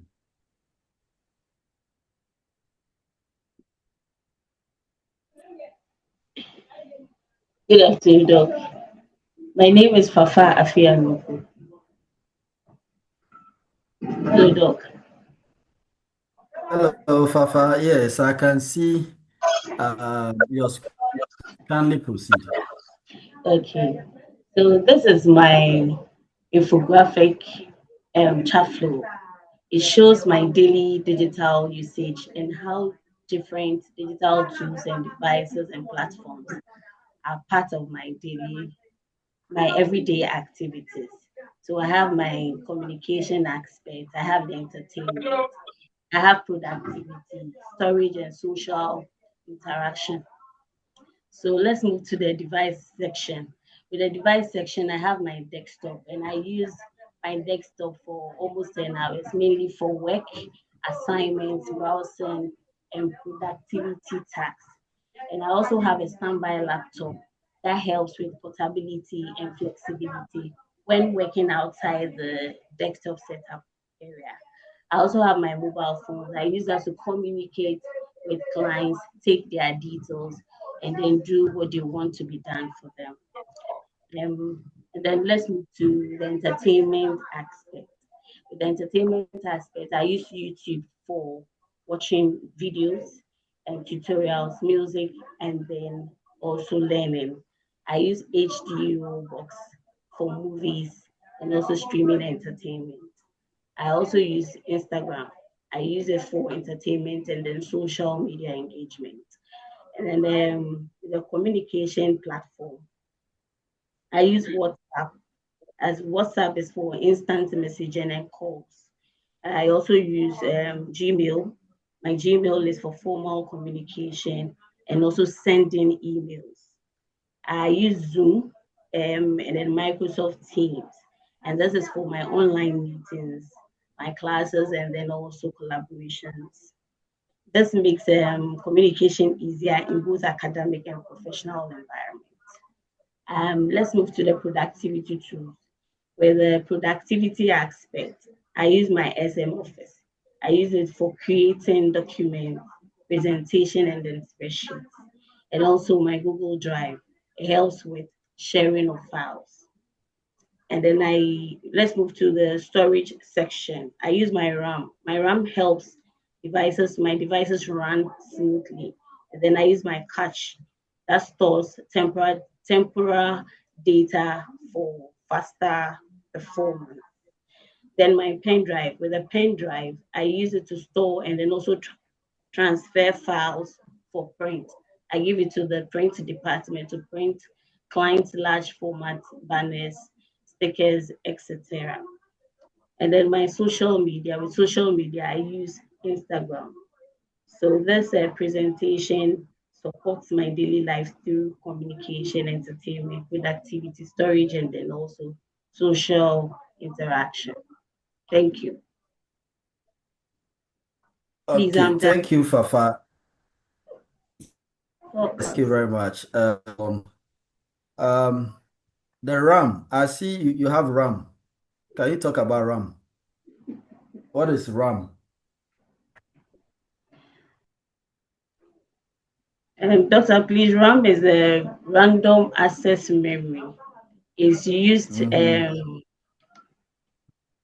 is a computer used for smartphones short term.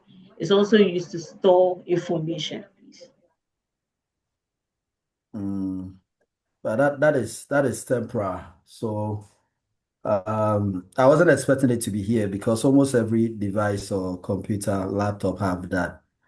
Um, so we're looking at the um other storage devices like um yes, like OneCloud, um Google 365 Drive, OneDrive, sorry, OneDrive or iCloud and those things. Then I see that you have Google Drive as productivity. Can you talk to that? Dr. Please, what did you say? You have Google Drive under productivity. Yes, please. Can you speak to that? My Google Drive helps with cloud storage and sharing of files. So once it helps with the cloud storage and sharing, don't you think it would have been good you brought it under item? And please under what? Item 3, storage. Okay. Under apps and platforms, item 3 Okay. is storage. Sure. All right, Doc.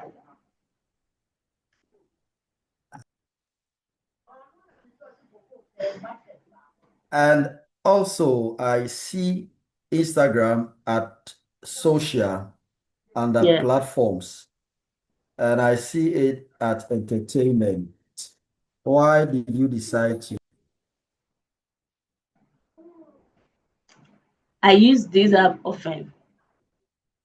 These are the two apps I use often with YouTube. I use them often. That's why I had to put it there.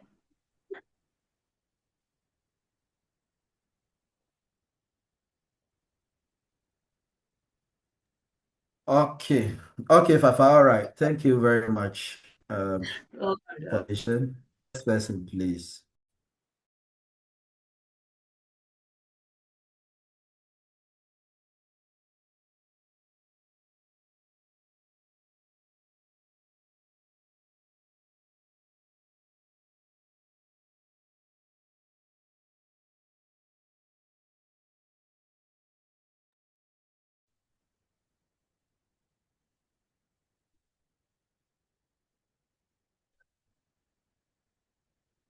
Hello.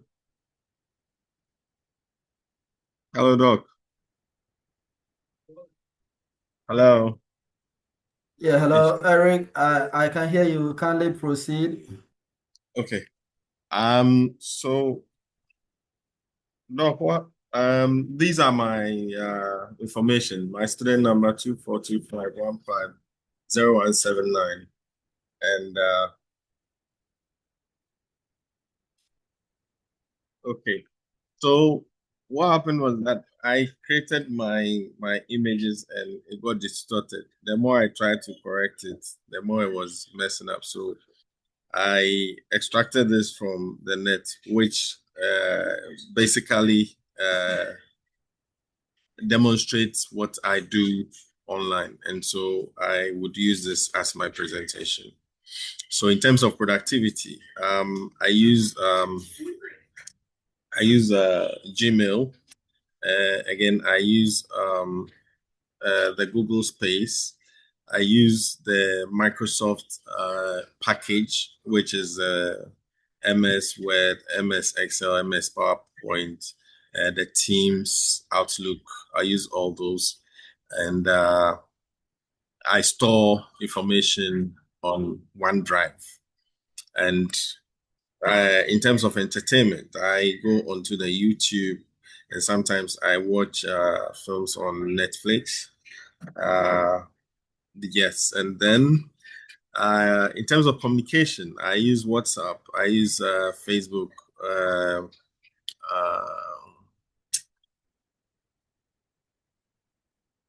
LinkedIn, I use X, and I use this one. I always forget the name. Okay, so I'll go ahead. Then for utility services, I use this Zapier, and then I do AI programming also with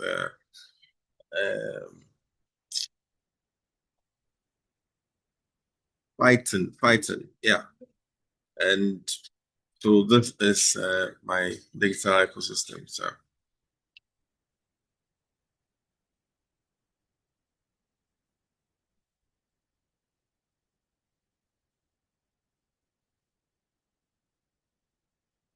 hello, Doc. Yeah, hello. I'm done, I'm sir. looking at your, yes, you're done. I'm looking at it, but I don't know whether it's your projection. I can barely, I see the logos. Um, but it's not out. Looking at the background, okay, it's not standing out. But then I see,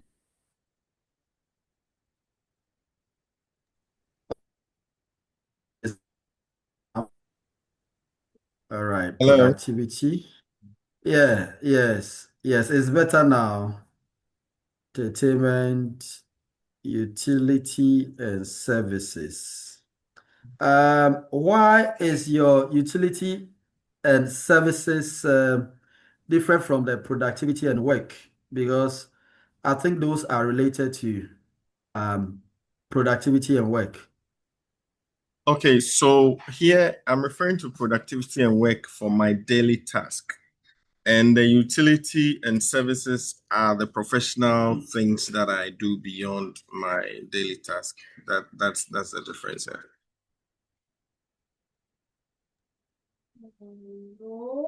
Okay, okay, okay. So does it mean that productivity and work, you don't have any storage? I do. I have one. When you look at the Microsoft package, that cloud down there is OneDrive. Okay, okay, all right.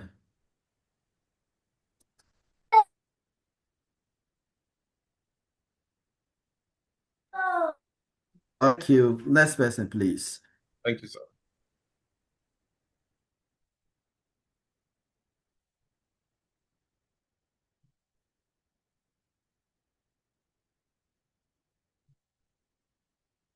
Sir.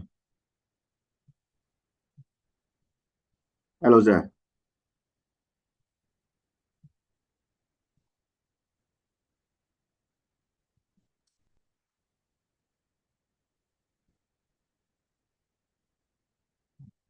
Hello.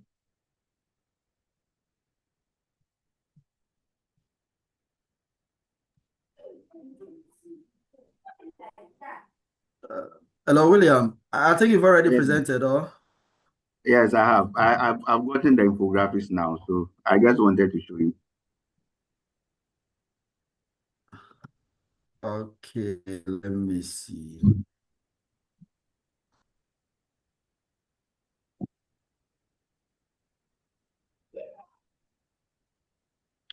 Okay, so can you talk about the interconnection? I see I see arrow that shows a certain flow.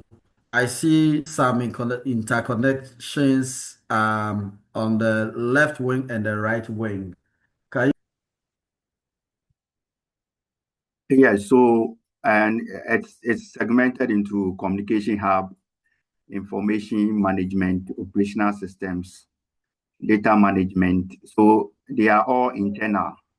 So communication moves to information management. Then we have the operational systems. That is our daily activities and the tools that we use. Then data management, how we manage our data using SQL database. Then the business intelligence using Power BI. And then we have decision making and reporting. Then the last slide, the last one, that is professional networking, deals with our relationship with our customers. And that is why the arrow points up. So all our internal operations that we do arrives or gets at the doorstep of the customer, which is telling us that the customer is our most important asset in the ecosystem. So it basically shows the flow from each of the systems that we are using up to the doorsteps of the customer.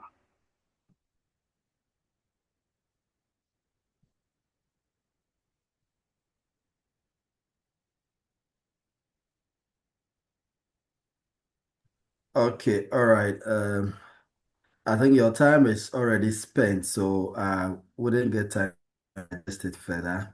But it's good you've done a comeback. At least you get a +1 or 2 in addition to your previous marks. Okay, all right. Thank you, sir. Welcome. Next person.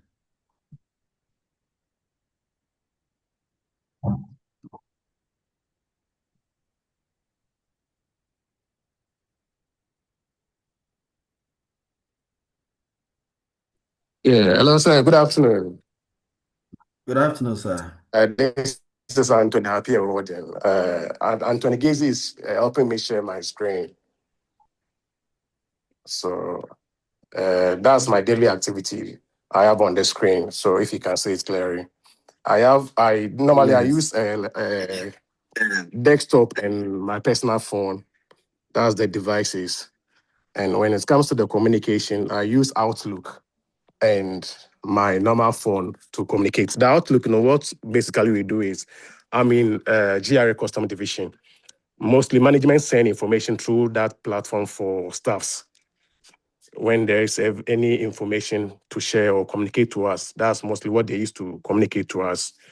And the productivity tool, I use ICOMS, Integrated Custom Management System. That's what we and our external stakeholders, that's the agents, that's what we use to clear goods or we use to communicate. If we are done with the clearing of the goods, that's what we use. That's the icons. And I use ChatGTP. That's my daily to help me or assist me in case of anything. That's what normally I use. And with the entertainment tool, I use the YouTube, Netflix, and TikTok. So basically, that's what I have. I do daily with.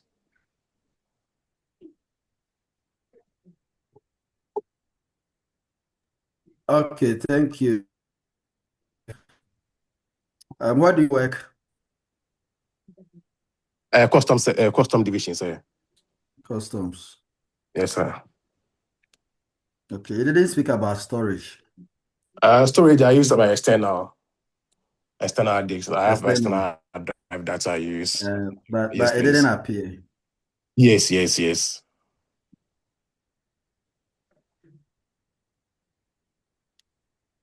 Okay. And productivity. What does logo be beside by the icons? Is that chat It's GPT? chat GTP. Yes, please. Okay, all right. Thanks for your submission. Next person. Thank you.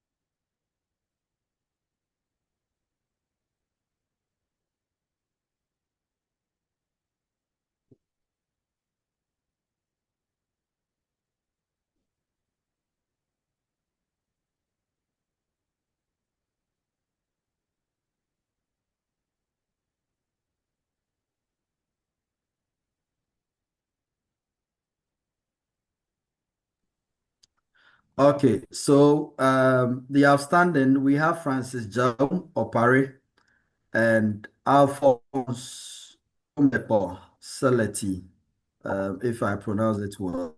If not, sorry. Then Rahel, but Rahel has seeking permission. So Rahel is the only one who sought for permission. The other two are absent without permission. So I deem it as absent. I mean, fully absent. So only Rahel will have the opportunity to present on this or do a different assignment. Okay, so thank you very much for the day. You've all done well. And uh, your grades not bad. Because of time, I cannot run you through your grades. But only one person had 10 over 10, 10 out of 10. And that is Cephacol. The others, you have your marks ranging from 7, 8, and I think one person had 9. Okay, two people had 9. The others had 7 and 8. The guy from UC, I think you had 6, but it's good you came back with the infographic to. That was William, right? Yes, it's good you came back with the infographic to work on it. So these are not major marks. This is out of 10. I would entreat that you really work on the group presentation, the group work, those studies. Kindly take that one very serious because that will be graded out of 10 to be graded out of 30. Okay, so on this note, if there is any question or any comment, please, you can speak out. If not, uh, your microphone is open. Do you want to make a submission? I want to know my grade, sir. Pardon? I want to know my grade, sir. Sure. Claire, if I mention your grade, everybody will ask of their grade. And we have just 5 minutes. Okay, so you had 7 over 10. Okay, course rep, can we call it a day? Yes, please, we can. Okay, class is up, so I would have to stop here. Thank you all for coming and thanks for your commitment and inputs. Have a nice weekend. Thank you, sir.